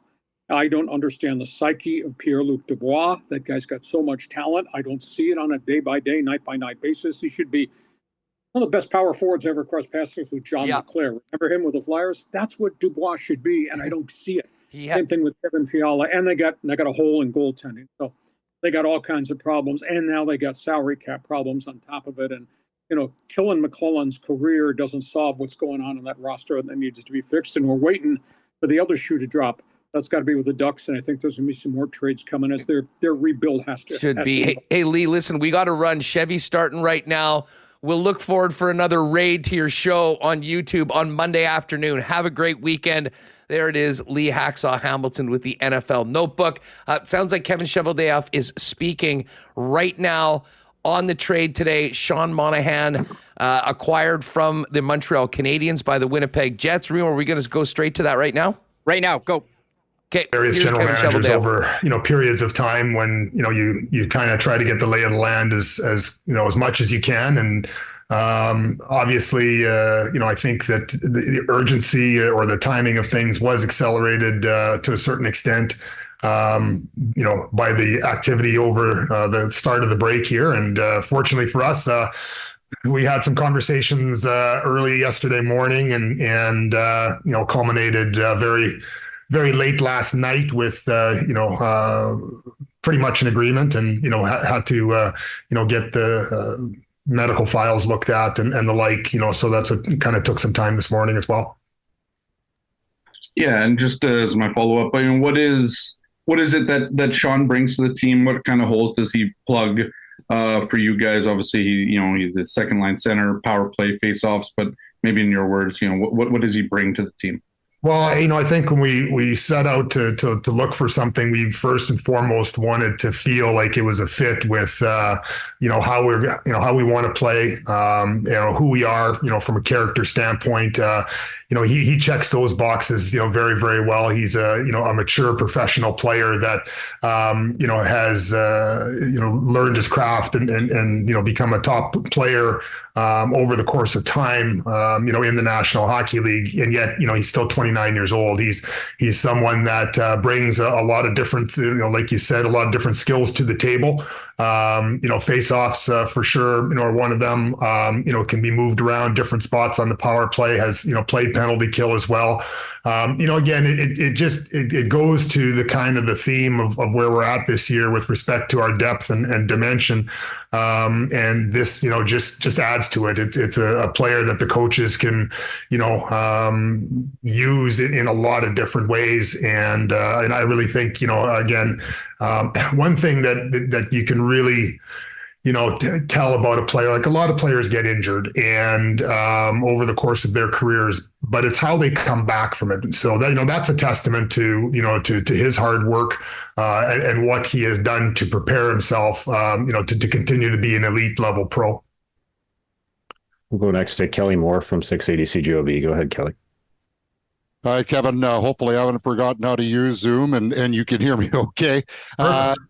Good. Rick mentioned to some media people in Toronto earlier today that initially Sean's going to start between Cole and Nikolai. How do you see that line? And was that one of your visions when you were talking about this deal? Well, again, I think coaches, obviously have to have a mindset of where guys are going to start. And then, you kind of see, how things evolve. And one thing, that is true is that, things can change and coaches change all the time. So, I think Sean's a player that can complement a lot of different players, and help, them grow their game. One of the things that, was really impressive about him when I was talking to the coaches and, the coaches were doing their due diligence and watching, some extra film on him, was how he interacted with the young players. And, you watched him in Montreal and how, he'd come back to the bench and he'd be talking to Cole Caulfield or he'd be talking to Slavkovsky. And, you would see that kind of mentorship that, that he had, leadership, quiet leadership on the bench. And that's exactly what you want in a pro. So, I think he's going to, help us in a lot of different areas. And like Bowen said, he'll start somewhere, but, there'll be lots of different options. and in your most recent trades, whether it was for Nito Niederreiter or Vlad Nemesnikov, there was a fit that worked beyond that season. Is it too early for that, Kevin, or is that something that also factored into this besides the need?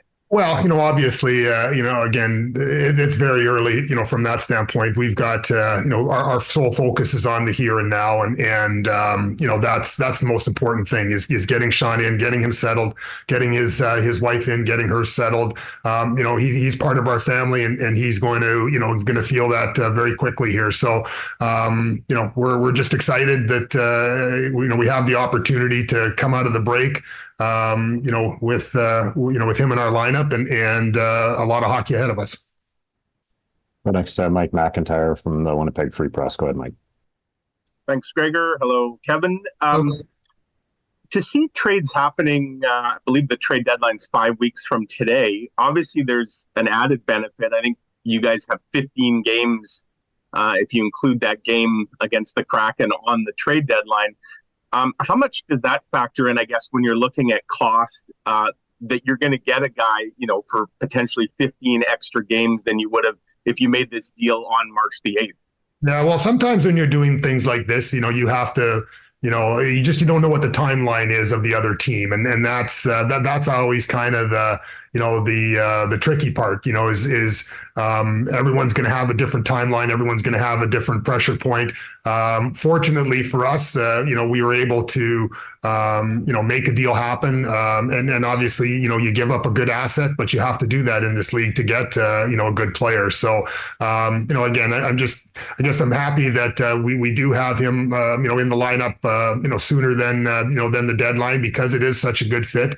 And, it's not going to feel like a new player, just coming into your lineup, down the stretch, so to speak.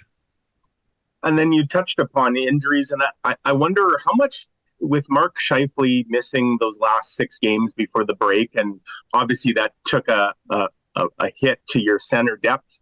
How much did seeing what your team looked like with Mark out of the lineup, did that allow you to maybe really hone in on the need here for another centerman in the mix?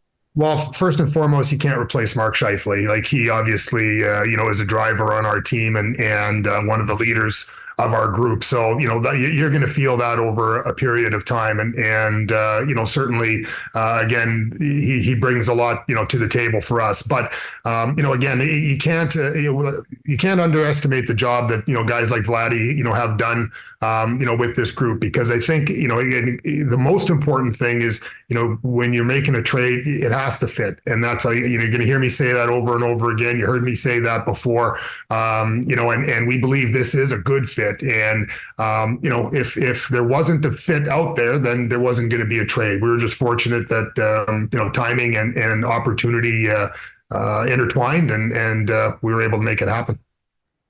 We'll go next to John Liu from TSN. Go ahead, John. Hi, Kevin. Just wondering, how much did your club's performance in the face-off circle have to do with your targeting of Sean Monahan? Sorry if I missed that at the outset. No.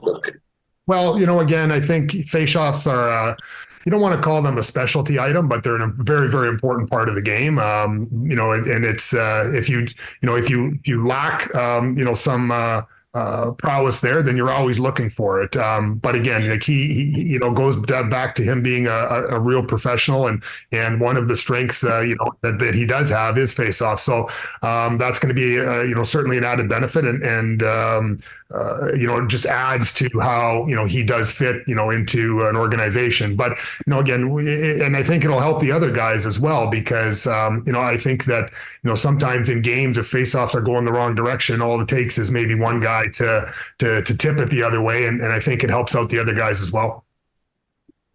Was potential contract extension any part of your conversations with the Monahan camp, or is this something that you would leave until the end of this season? Yeah, it all just unfolded here today, so I haven't really had any conversations or anything like that. But again, it does go back, and I talked to his to his agent, and I talked to Sean here today as well. And I expressed how how it was nice to see how well he rehabbed and came back from from the situation that he did, and it said a lot about him and his character. We'll go next to Arpon Basu from The Athletic. Go ahead, Arpon. Hey, Kevin.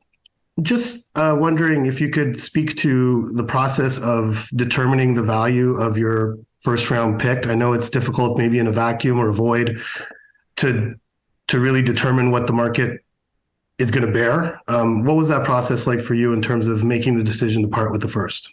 Well, it's never an easy decision. Again, I think when you're in situations like this, and I've been on both sides of them, you grind away to not have to trade it, and you grind away to make sure that, you make the other team give it up, and it can be a game of chicken. I think that, but you also have to, weigh the alternatives and weigh the options and weigh the fit, when the fit is great, when, you believe that, this is the best option for you, you have to make those tough calls and but that's what this time of the year, is about. And it's exciting. It's nervous. It's, it's agonizing. It's all those kind of things, rolled up in one.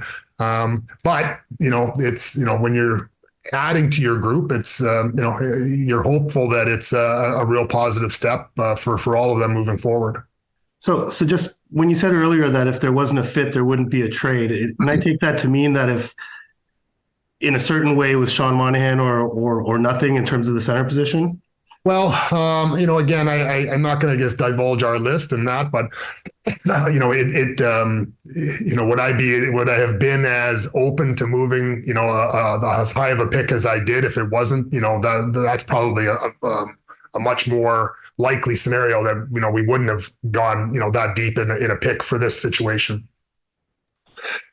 We'll go next to Nick Wells from the Canadian Press. Go ahead, Nick. Hey, thanks for taking my question. Ken Hughes was asked about this earlier. I'm curious if Sean's injury history raises kind of any concerns for you guys when it comes to his playing time and when it comes to his durability. Well, I think, like I said, players get injured, and that's the nature of this game. But it's how they come back and how they rehab, and you're always taking a risk in this game. Whether it's a player that is past injured or whether it's a player that, plays as hard and goes into the corners and, crashes and goes to the net as well. So you take it in, you ask as many questions as you can, you get as much knowledge as you can, and then you weigh the risk reward and you go, if you choose to go for it, you go for it. Great. Thank you. Go next to Murat from The Athletic. Go ahead, Murat. Thanks, Gregor. Hi, Kevin. Hi. Looking kind of at how Rick Bowness has sort of deployed the lines this year, you guys have obviously a Scheifele-led top line, lots of quality. Adam Lowry gets a lot of those defensive minutes. So it seemed like this hole that Sean Monahan is stepping into is a great fit, and you've talked about that. How much conversation was there with Rick, and what was that like about, okay, what's going to be that fit? What are those qualities that are going to make our short list for players like Sean Monahan? Well, first and foremost, character has to be there. It has to fit in our room. It has to fit, in that thing. So we did a tremendous amount of due diligence, behind the scenes on Sean, and everything just, came up glowing, in those regards. So that's an important thing. And again, the individual qualities that we talked about obviously help. The face-offs, that helps. He's got good size. He's a smart player. He can play two ways. He's responsible. All those kind of things. But he's a true center. He's someone that can help elevate different players. And also going back to what I had said, like watching how he interacted with some of the young players on the Canadiens was a real important thing for us as well. Just I guess a timeline question too. You guys had waived Declan Chisholm earlier in the week, and to hear Craig Conroy put it, I think the Lindholm thing heated up Sunday, Monday sort of thing. Was there sort of a sense that a lot of this was related, or that things were heating up and space needed to be made at that point? Yeah, there's a lot of intertwining things that that kind of happened over the course of this week. Obviously, cap space is something that depending on which directions you go with some things, you might need. In Declan's case, there, unfortunately, we only could get him into 2 games. And he was a player that that desperately needed to get playing. So we obviously didn't want to lose him, but we also know that we've got a healthy Ville Heinola now coming, and sometimes you have to make these tough decisions. We'll just go with a couple more. John Lou from TSN. Go ahead again, John. Yeah, Kevin, just to piggyback on that thought about Declan, what was it about, I guess, your existing roster of players that sort of made him, I don't know if expendable is the right word, but the player that you would decide to expose in waivers? I guess consistency. We've been fortunate in that regard. And like I said, we've got Ville's healthy now, which for the first 40 games he wasn't. So you look at your organization, carrying 8 defensemen is not optimal. When it comes to I guess cap management, roster management, and knowing that there's a potential coming out of the break here, or that you've got guys getting healthy, and you just knew rosters were going to be an issue. So it's that time of the year for players that like that, and we wish them all the best. And we'll go to Mike McIntyre from the Free Press again. Go ahead, Mike. Yeah, thanks again. Kevin, you've talked in the past at previous trade deadlines about, the message that you want to send to the team, a reward, if you will, given where you guys are right now, and no doubt what you'd like to accomplish here. I mean, what do you see the message of, because parting with a first rounder, as you touched upon, is not an easy decision. What is the message, I guess, to your group by making a move like this, and maybe other moves that are still to come? Well, the message is that we got a lot of work ahead of us here, and we've got another worker to join the group. And, we have to continue to play the right way for us to be successful. And we believe that, Sean can be, someone that can come in and complement that and play and again, give different options. But, the message is the work is just beginning, and it's only going to get harder. And, so we added another worker to the group. And final question, we'll go back to Kelly Moore. Go ahead, Kelly. Kevin, you just mentioned Ville Heinola is now close to and ready to go. You've got Kyle Capobianco named an all-star today in the American League. You've had Logan Stanley sitting and waiting. Is that enough depth on the blue line, or between now and March 8th, is that something that you'll still kind of poke around the tires at? Well, I think the good thing that we have right now is we have time between now and the deadline to continue to assess and to continue to look at and to continue to evaluate. This, like I say, the work on the ice is only going to get harder, and the work off the ice is not going to stop. So again, it's an exciting time, I think, for the guys, for the franchise. We're just looking forward to getting started here in the second half, or lack of a better term, second half after the All-Star break here. All right. Thank you, everybody, for joining us. Thanks very much, Chevy, and we look forward to seeing you all next week. Thank you. Thanks a lot. Thanks, Greg. Thanks. Recording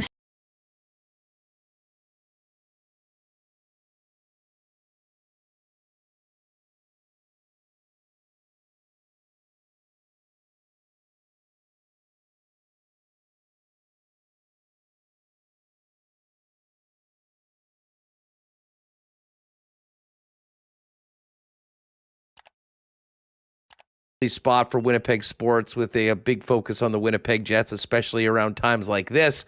Hit that subscribe button, and while you're at it, marble registration is open. If you don't know what we're doing, don't worry about it. Just put in !marbles in the chat, and we're going to have some fun to finish up this program. But just great to see the massive turnout today, and the excitement. Nothing gets people out like a trade, huh, Reem? Yeah, wow. I think we've just been growing steadily. We're approaching our 3-year anniversary. We recently hit 10,000 subscribers.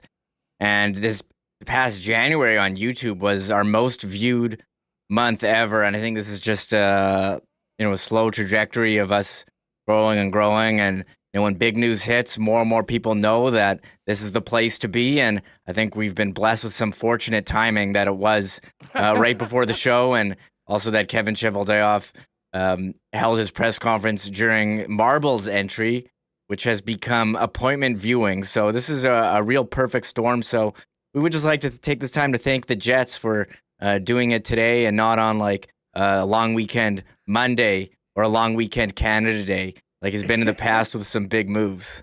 Yeah, the timing today was perfect for the trade, and a special shout out to, I don't know whether it was Brownie or Gregor or just Chevy's schedule that worked out, but 2:45, after we've been talking about it the whole time, when we're getting ready for Marbles, was literally the perfect time to have Chevy go live. So again, hit that subscribe button, and I'm looking right now. We're approaching, if you haven't already, do us a favor, hit that thumbs up. We are going to, we're approaching 700, which would be another all-time record for Winnipeg Sports Talk. So it's literally the easiest thing. Just hit that thumbs up. Very, very easy to do, and certainly helps us spread the channel. And again, a big welcome to everybody new. Hopefully you can join us on a daily basis if you're with us live on YouTube. But if you subscribe to the channel, the fresh, latest Winnipeg Sports Talk content will be there for you whenever you fire up YouTube. And again, available on all your favorite podcast platforms. Just search Winnipeg Sports Talk and give us a sub. So, Remo, there's probably a bunch of new people that haven't seen the marble race before. I think maybe we go to a classic, maybe Slippery Slopes today. Yeah, I was thinking, you know what, it's a classic. I've been pretty busy here too. I haven't had time to survey a lot of the new tracks. It was just, I thought it was a regular morning on a Friday during the All-Star break when I couldn't, when you had a lot of time. I was like, oh, there's not much going on this morning. I mean, we just had the game and we'd figure out what to talk about. Took it a little slow, went to Costco, got that in, but it's been, I think I was mid-cereal, as I said, Raisin Bran with banana, and I just had to drop everything and just get to the computer and make sure we were ready for this one. Well, you filled me in, and then we helped fill everybody else in. Great stuff with Murat joining us today. And listen, if you did pop by later, Jets fans, make sure to get back earlier in the program. Got a chance to visit with the man himself, Dennis Beyak. And as everyone said, we went from Beyak to Murat today, which was a true bang bang, to quote the great Dennis Beyak. So it's been awesome. But we'll wrap up last call for marbles. If you haven't already, or you just popped in, you're just getting in under the wire. I would say, Remo, this has the potential to be the biggest marble race ever, as well as the biggest show of all time. Yeah, definitely up there with the biggest show. The biggest live shows we had were the day after the Shifley Evans hit. It's amazing the Montreal Winnipeg connections that are here. Habs are good for business here on this show. Yeah, the day that was the rumored Pierre-Luc Dubois to the Habs after his agent was at the draft and all that happened. And yeah, the Pierre-Luc Dubois trade. So we're actually big fans here of Pierre-Luc Dubois, as much of our biggest content has been talking about him, but we'll always be appreciative for the 2 years of Dubois drama. But this is legitimate Jets news, a trade, very exciting. And as far as a marble race, yeah, we got exclamation mark marbles in the chat. If you haven't, 99 entries right now. They're coming in hot, Huss. And we haven't even got to a lot of the topics from the All-Star. Like, this is the only thing that could have knocked us talking about Michael Bublé on mushrooms at the All-Star fantasy draft. And I was ready. I was ready for at least the first 30 minutes on that. And Hellbeck going early, Kyle Connor selected to Team Hughes, but a trade. So. Well, and you know what? Monday, Tuesday, we'll really dive in. Obviously, we'll have the latest on the Jets. They're practicing on Sunday. But we will spend a little bit more time breaking down everything about the news today of Best on Best, Four Nations Cup next year, Sweden, Finland, Canada, and the United States, and then full NHL participation in the 2026 and the 2030 Olympic Games. And one other thing that's just come out, I mean, they've had Gary Bettman has been doing a press conference, and I know Marty Walsh of the NHLP as well, and we're trying to follow all this news, but shout out to Greg Wyshynski and Chris Johnson tweeting out some of these Marty Walsh quotes. Huss, sounds like the NHLPA Not impressed with the Coyotes, and we're all over that here. And Greg Wyshynski tweeted out 51 minutes ago of ESPN, just listen to NHLPA director Marty Walsh just absolutely murder the Coyotes for 5 minutes. Holy shit. And that's his. And DMU Chris Johnston said, Marty Walsh says the Coyotes have missed 2 deadlines already to move forward with an arena project. How long do you wait to get a home? They're playing in a college arena, and they're the second tenant in that arena. That is not the way to run a business. Seemed like Marty Walsh, who's been at the job for a very short time, has, come pretty quickly learning what's going on. And I know he says, also added on, he's extremely disappointed with the Coyotes. Says senior members of that organization won't even speak to the NHLPA about the conditions for the players. This is something we'll monitor, and we touched on it earlier this week about Salt Lake being possible. Yeah. I mean, listen, when Salt Lake put out, that very poorly timed press release, probably at the behest of the NHL, when the announcement about the arrest of the 2018 junior players were coming out, or the charges.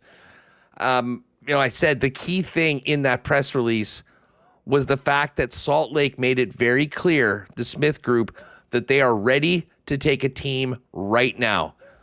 I didn't think for a second this is about potential expansion. This is about the Coyotes. And, when maybe I'll ask the fellas at Coolbet if we can get a lineup right now, because I will bet right now that the Coyotes play in Salt Lake in Game 1 of the National Hockey League season for 2024-25. I think the writing is on the wall. They're done. The PA, who's partners in all of this, obviously hot about it. This is just a little bit more public way of moving a team as opposed to the more stealth way that the Thrashers became the Winnipeg Jets back in 2011. All right, Remo, why don't you get the marbles ready to go? And meanwhile, we don't have a lot to talk about with the Coolbet lines today because, of course, the NHL is dark. However, the skills competition goes tonight. I believe it starts at 5 o'clock our time. And this is going to be awesome. I am legit excited for this. I probably won't even watch the 3-on-3 tomorrow, but I'm definitely in for this. Here's your lineup for the skills competition tonight. And again, 6 rounds. Each player is going to be in 4 different competitions. They'll get points. The top 8 will move on to a breakaway contest, a one-on-one competition with the goaltenders. And then the final 6 move on to the final round, which is an obstacle course, involving a bunch of things. And the winner will be crowned. $1 million for the winner. The lineup goes like this, and I'll just give you the odds right now at Coolbet. We went through them on the lock shop. We've actually moved a couple lines already. Connor McDavid, the favorite to win the skills competition. He was plus 600. He's now plus 575. Kucherov and Makar are 8-1. Pasta and McKinnon 9-1. Austin Matthews, Leon Draisaitl, Elias Pettersson, Matt Barzal, Quinn Hughes, all 10-1. JT Miller and William Nylander are 11-1. A couple picks and a couple bets that I made already. I love the Connor McDavid bet in the stick handling competition winner. It is an event that I believe is timed. They have to go through a bunch of obstacles while stick handling, and it does involve speed. No one operates at high speed better than Connor McDavid. That was plus 500. It's now plus 450. Nate McKinnon, the second spot there at plus 650. McDavid's the favorite and the fastest skater at plus 110. Barzal plus 225. Makar 4-1. I think there might be some value in Makar at 4-1 if you want to go a little bit more off the board with the long shot. Quinn Hughes and Nylander at 800 and 850. And the other one that sort of stood out, which was quite interesting, is the hardest shot. And Elias Pettersson is a big favorite at plus 115. JT Miller 4-1, Makar 5-1, Austin Matthews plus 550, and David Pasternak at plus 600. So it's all there for you at Coolbet. Just click on NHL and then NHL All-Star Weekend. And of course, all the NHL futures are up as well. Jets right now sitting at 15-1 to win the cup. And plus 700 to win the Western Conference. If you haven't played a Coolbet before, you can use the promo code WST for a 100% bonus up to $200 on your first deposit. All right, Remo, it is marbles time. It has been a wild show. We've still got over 1,000 people in chat. Hit that thumbs up button, by the way. Thank you. We're already over 700. Another record for us today. But there'll probably be some new people that have never heard Tristan Rivers' music and the theme song that gets us ready for marbles. So without further ado, let's get the marble party going. Here's Tristan Rivers' music on WST. Let's do this.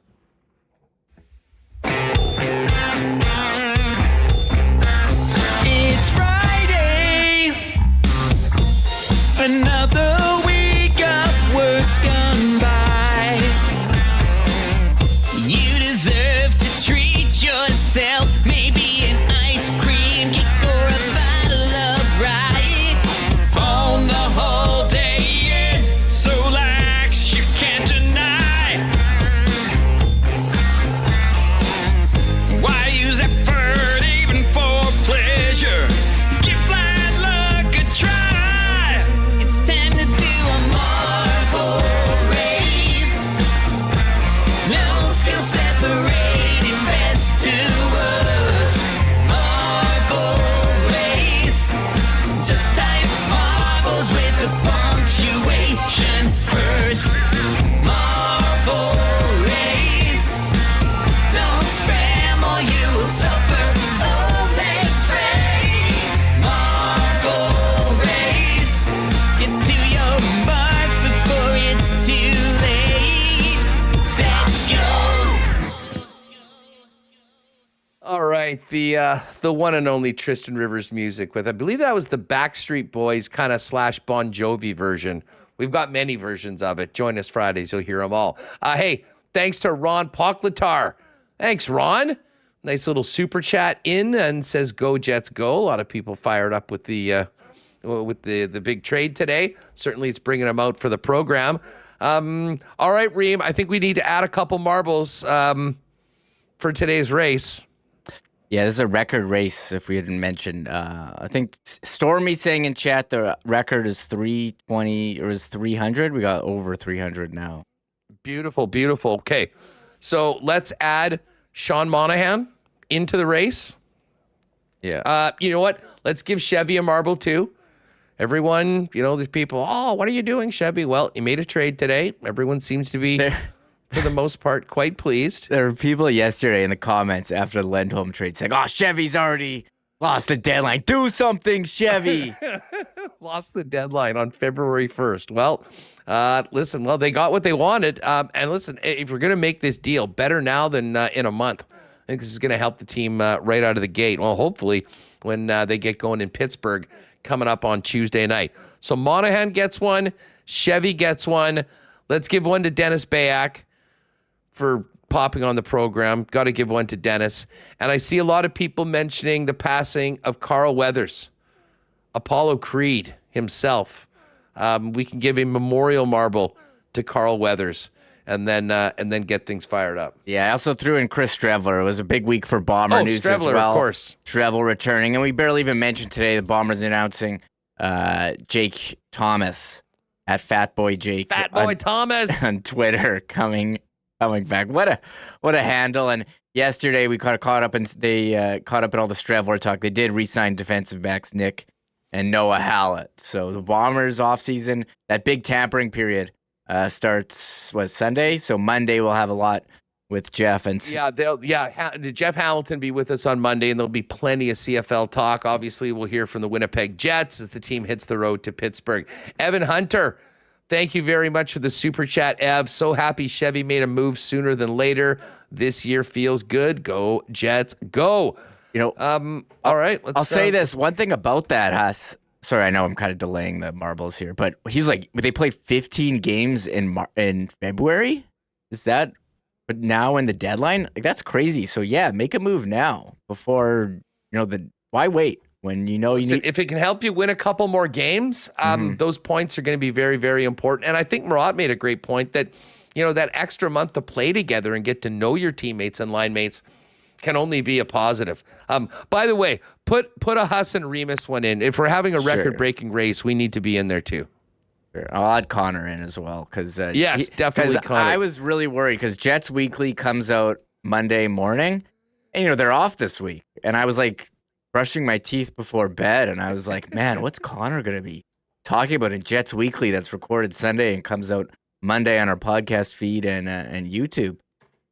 And thankfully, the Jets delivered us a whopper of a topic, so I'm sure he'll be breaking it down from all angles. And yeah, check that out on our YouTube channel and podcast. Yeah, great point. Monday morning, there'll be a new edition focusing in, I'm sure, on this big deal and looking ahead to next week as the Jets head out east for a couple games and then come back home. Sidney Crosby and the Penguins, and the debut of Sean Monahan Saturday night, hockey night in Canada.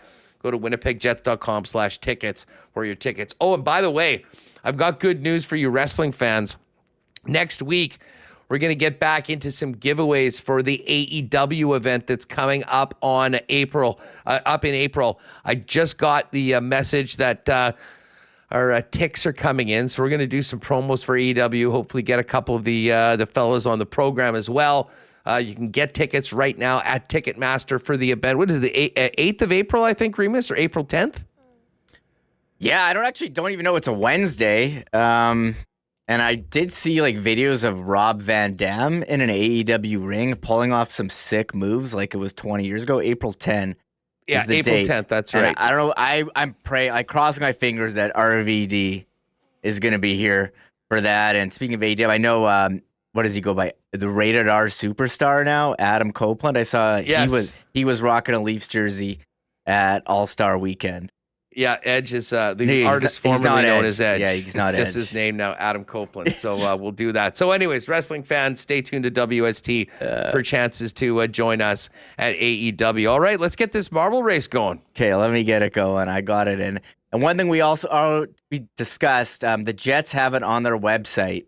Sean Monahan rocking 23. And I asked you, can you name some former 23s for the Winnipeg Jets? I could only think of one. Showed to Dave Minuk, did the research for me of Illegal Curve. Yeah, of course, Pony from year number 1, Pony Kirouac was one. There was 2 others. One that I actually got right off the bat. And Trevor Lewis was the one I got. Yeah. You said Par Lindholm, but it was actually he was 22. It was Carl Dahlstrom. And there was one other one. Oh, Mikey Esamont. Yeah, Mike, that was one you got. You got Esamont. That was our off. People want to know what happens off air. We play Jets trivia. Yes. With each other. And as Bravo Bryce said, Lucien Deblois, great call from back in the day. Bill Lasuk too. I wasn't not sure about that one, but yes, Mikey Esamont. Cruiser gives a shout out to Jay Harrison with B23 as well. Another deadline acquisition. Did Dave forget him? Maybe he did. That wouldn't be. Well, hey, by the way, speaking of Dave, just before we do marbles, on behalf of myself, Michael, Connor, and everyone here at WST, a huge congratulations to Illegal Curve. Tomorrow, the boys celebrate their 15th anniversary. Starting it back on the old radio station at Red River College, moving through the 1290 days, now to their spot doing the weekly Illegal Curve hockey show tomorrow morning, 9 a.m., and great post-game work in this space right after every Winnipeg Jet game. So, boys, here's to 15 more great years. Congratulations, and everyone should check out that show tomorrow. It should be really fun. All right, Reem, let's do it. We've got almost 1,000 people here. Let's show them what we do here on Friday afternoon. Yeah, this is real exciting stuff as we get to the marble race. Here it is. Slippery slopes. I had to make sure I loaded it in because I just had last week's names in there and almost hit go. Oh, we don't want good. that. We don't want that. So we've got this, the biggest marble race ever, the biggest show ever. Not necessarily the biggest trade ever, but one that hopefully will help the Jets to their biggest achievements ever. And we all just hope that in the 3rd round in 2027, the Winnipeg Jets pick is used by the Montreal Canadiens. That, of course, is the conditional pick if the Jets win the Cup. All right, gang. The winner will get a WST hoodie, an exclusive. It's our version of the Masters green jacket. You could only get it by winning the marble race. Everyone is in. Special good luck to everyone doing it for the first time. Great to have you all with us. May the best and fastest marble win. We're going to one of the all-time great tracks, Slippery Slopes. Let's drop the marbles on a wild Friday here on WST. Here we go. Tony Pop, IC and WST. Name a better combo in sports. Impossible. Appreciate that, Tony. And again, shout out to the fellas for the big day. All right, who do we got here? K9 in front. Wrench Doozer, Rob Pepper. I see Merle Peters in the mix, but still a big, big clump of marbles. K is going to the left. Wrench Doozer on the right. And now we get into the very, very slippery run going into another funnel here in the Slippery Slopes. If you recall this one, there's the skis that go back and forth. So getting in early is important. Oh, we've just had Jay Miller get thrown over the top rope. We've had a couple of eliminations. Loghem just got popped. Look at Running Man with a bit of a lead here, it seems, right now. But this is where things get very interesting. Once you get down this slope, you will begin to see the marbles jam up on the skis, which is always sort of my funnest, my favorite part of all of this. But Running Man definitely with a little bit of a lead. There's Jet Oil Tom. He's looking pretty good. EK Posty's in the mix. But Running Man is the first one in. Now, this is the thing. Sometimes being first one in, not always the best thing, depending on how many people come behind you and get jammed up.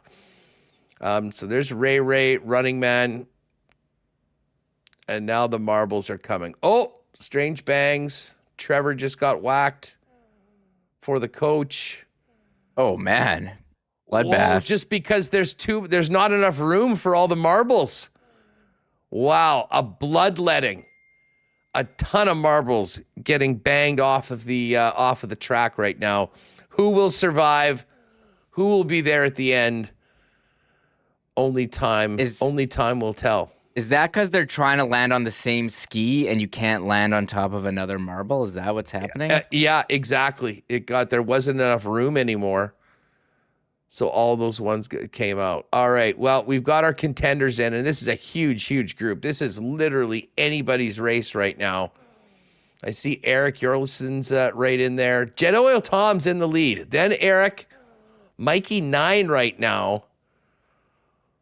Warren Moon. Okay, here we go. It's all coming up down to this. This could be one of the closest races in WST history. Who's going to get it first? It looks like Jet Oil Tom has the lead. Will he make it in successfully? Yes, he does. Jet Oil Tom. Nicely done, Jet Oil. Nice to see, even in our biggest races, a loyal weekly marbles contestant gets the W. One of our favorites and one of our great supporters here for a long, long time. All right, here's our top 10, and I know some of you make side bets on this. We will run down, and everyone can find out where they went if they did finish. But our top 10 for today: Jet Oil Tom. 2 is Warren Monroe. Colin Ritchie in at 3rd. Disgruntled Wheat 4th. Mikey B 5. Eric Charlison 6. Cruiser 24. Brant Batters with the top 10. What's up, Brant? Wrench Doozer at 9. And Leanne M at 10. But there you have our winner, Jet Oil Tom. Let's do a quick rundown. I'm interested as to who won between the two of us. Look at Remis, 13th. Whoa, I didn't even see myself in there. That's the highest I've ever finished. No doubt. Well, nice performance, dude. Keep it going down. We got David Zirk there in the top 20. C. Kerr, iHeart Gaming, who's always in there. See, look at Chaps. What's up, Jay? 26. Nice one for RWTV, Retro Winnipeg. There's Joey Panks, 30th. Great to see Joey at the game last week with the WST crew for the Leafs game. Oh, the GFL, Gregory, 38th. Nicely done. Royal Sports in at 42nd. Don't forget, Super Bowl tees for the Niners and Chiefs are in stock right now. I will be going there after the show to make sure I get my hand on Mahomes before it's done. Todd Fertani. Todd, what's up tonight? Give me a holler. I think we might be up to something. What else we got here? There's Drew Music. Candace Jane, one of our favorites. Hi, Candace. Winnipeg Gabriel Vivaldi. Bravo Bry at 70th. Who else do we have here? There's Paul Carr. What's up, Paul? Yep. Alana Sutton. Haas, okay, 85th. I'll take a finish in a top 100. Here's B.A. Spency in the top 100. Nicely done. Okay, there's Bozeman. Bozeman's in at 97. I don't think we've seen Ross.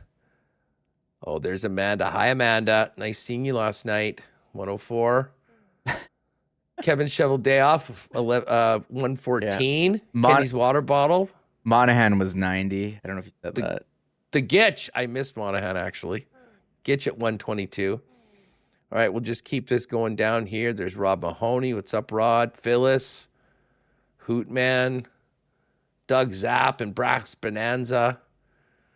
Connor Rabchak, third of 3 of WST today. Tough one for Connor, 155. Gary Reed was our last marble in, and then everybody else, about another 130, did not make the cut because they got thrown over the top rope and ended up burning up. Poor Ross. Okay, big win for Shorn. Always my favorite, looking at their head-to-head matchup. And there's the rest of the marbles. Well, what a show it was today, Remo. And when you let me know this morning that a deal had been made, I knew that this would be a big one, but I'll be honest, I couldn't have imagined just how big it was. But just goes to show how fired up Winnipeg Jet fans are right now and how interested they are in the move made by the club today, acquiring Sean Monahan from the Montreal Canadiens for their first-round pick, and that conditional that they would love to give Montreal a third-rounder in 2027 if they do win the Cup. Yeah, the only thing that could have knocked us talking about the NHL All-Star Game Fantasy Draft. We're going to talk about Hellbuck going early to McDavid, how Kyle Connor would match up with the Hughes brothers, but we didn't even mention that. We didn't even mention all the news. Todd McClellan fired by the LA Kings. Like, we talked about that a bit, and most notably, this Four Nations Cup next February for best on best international hockey returning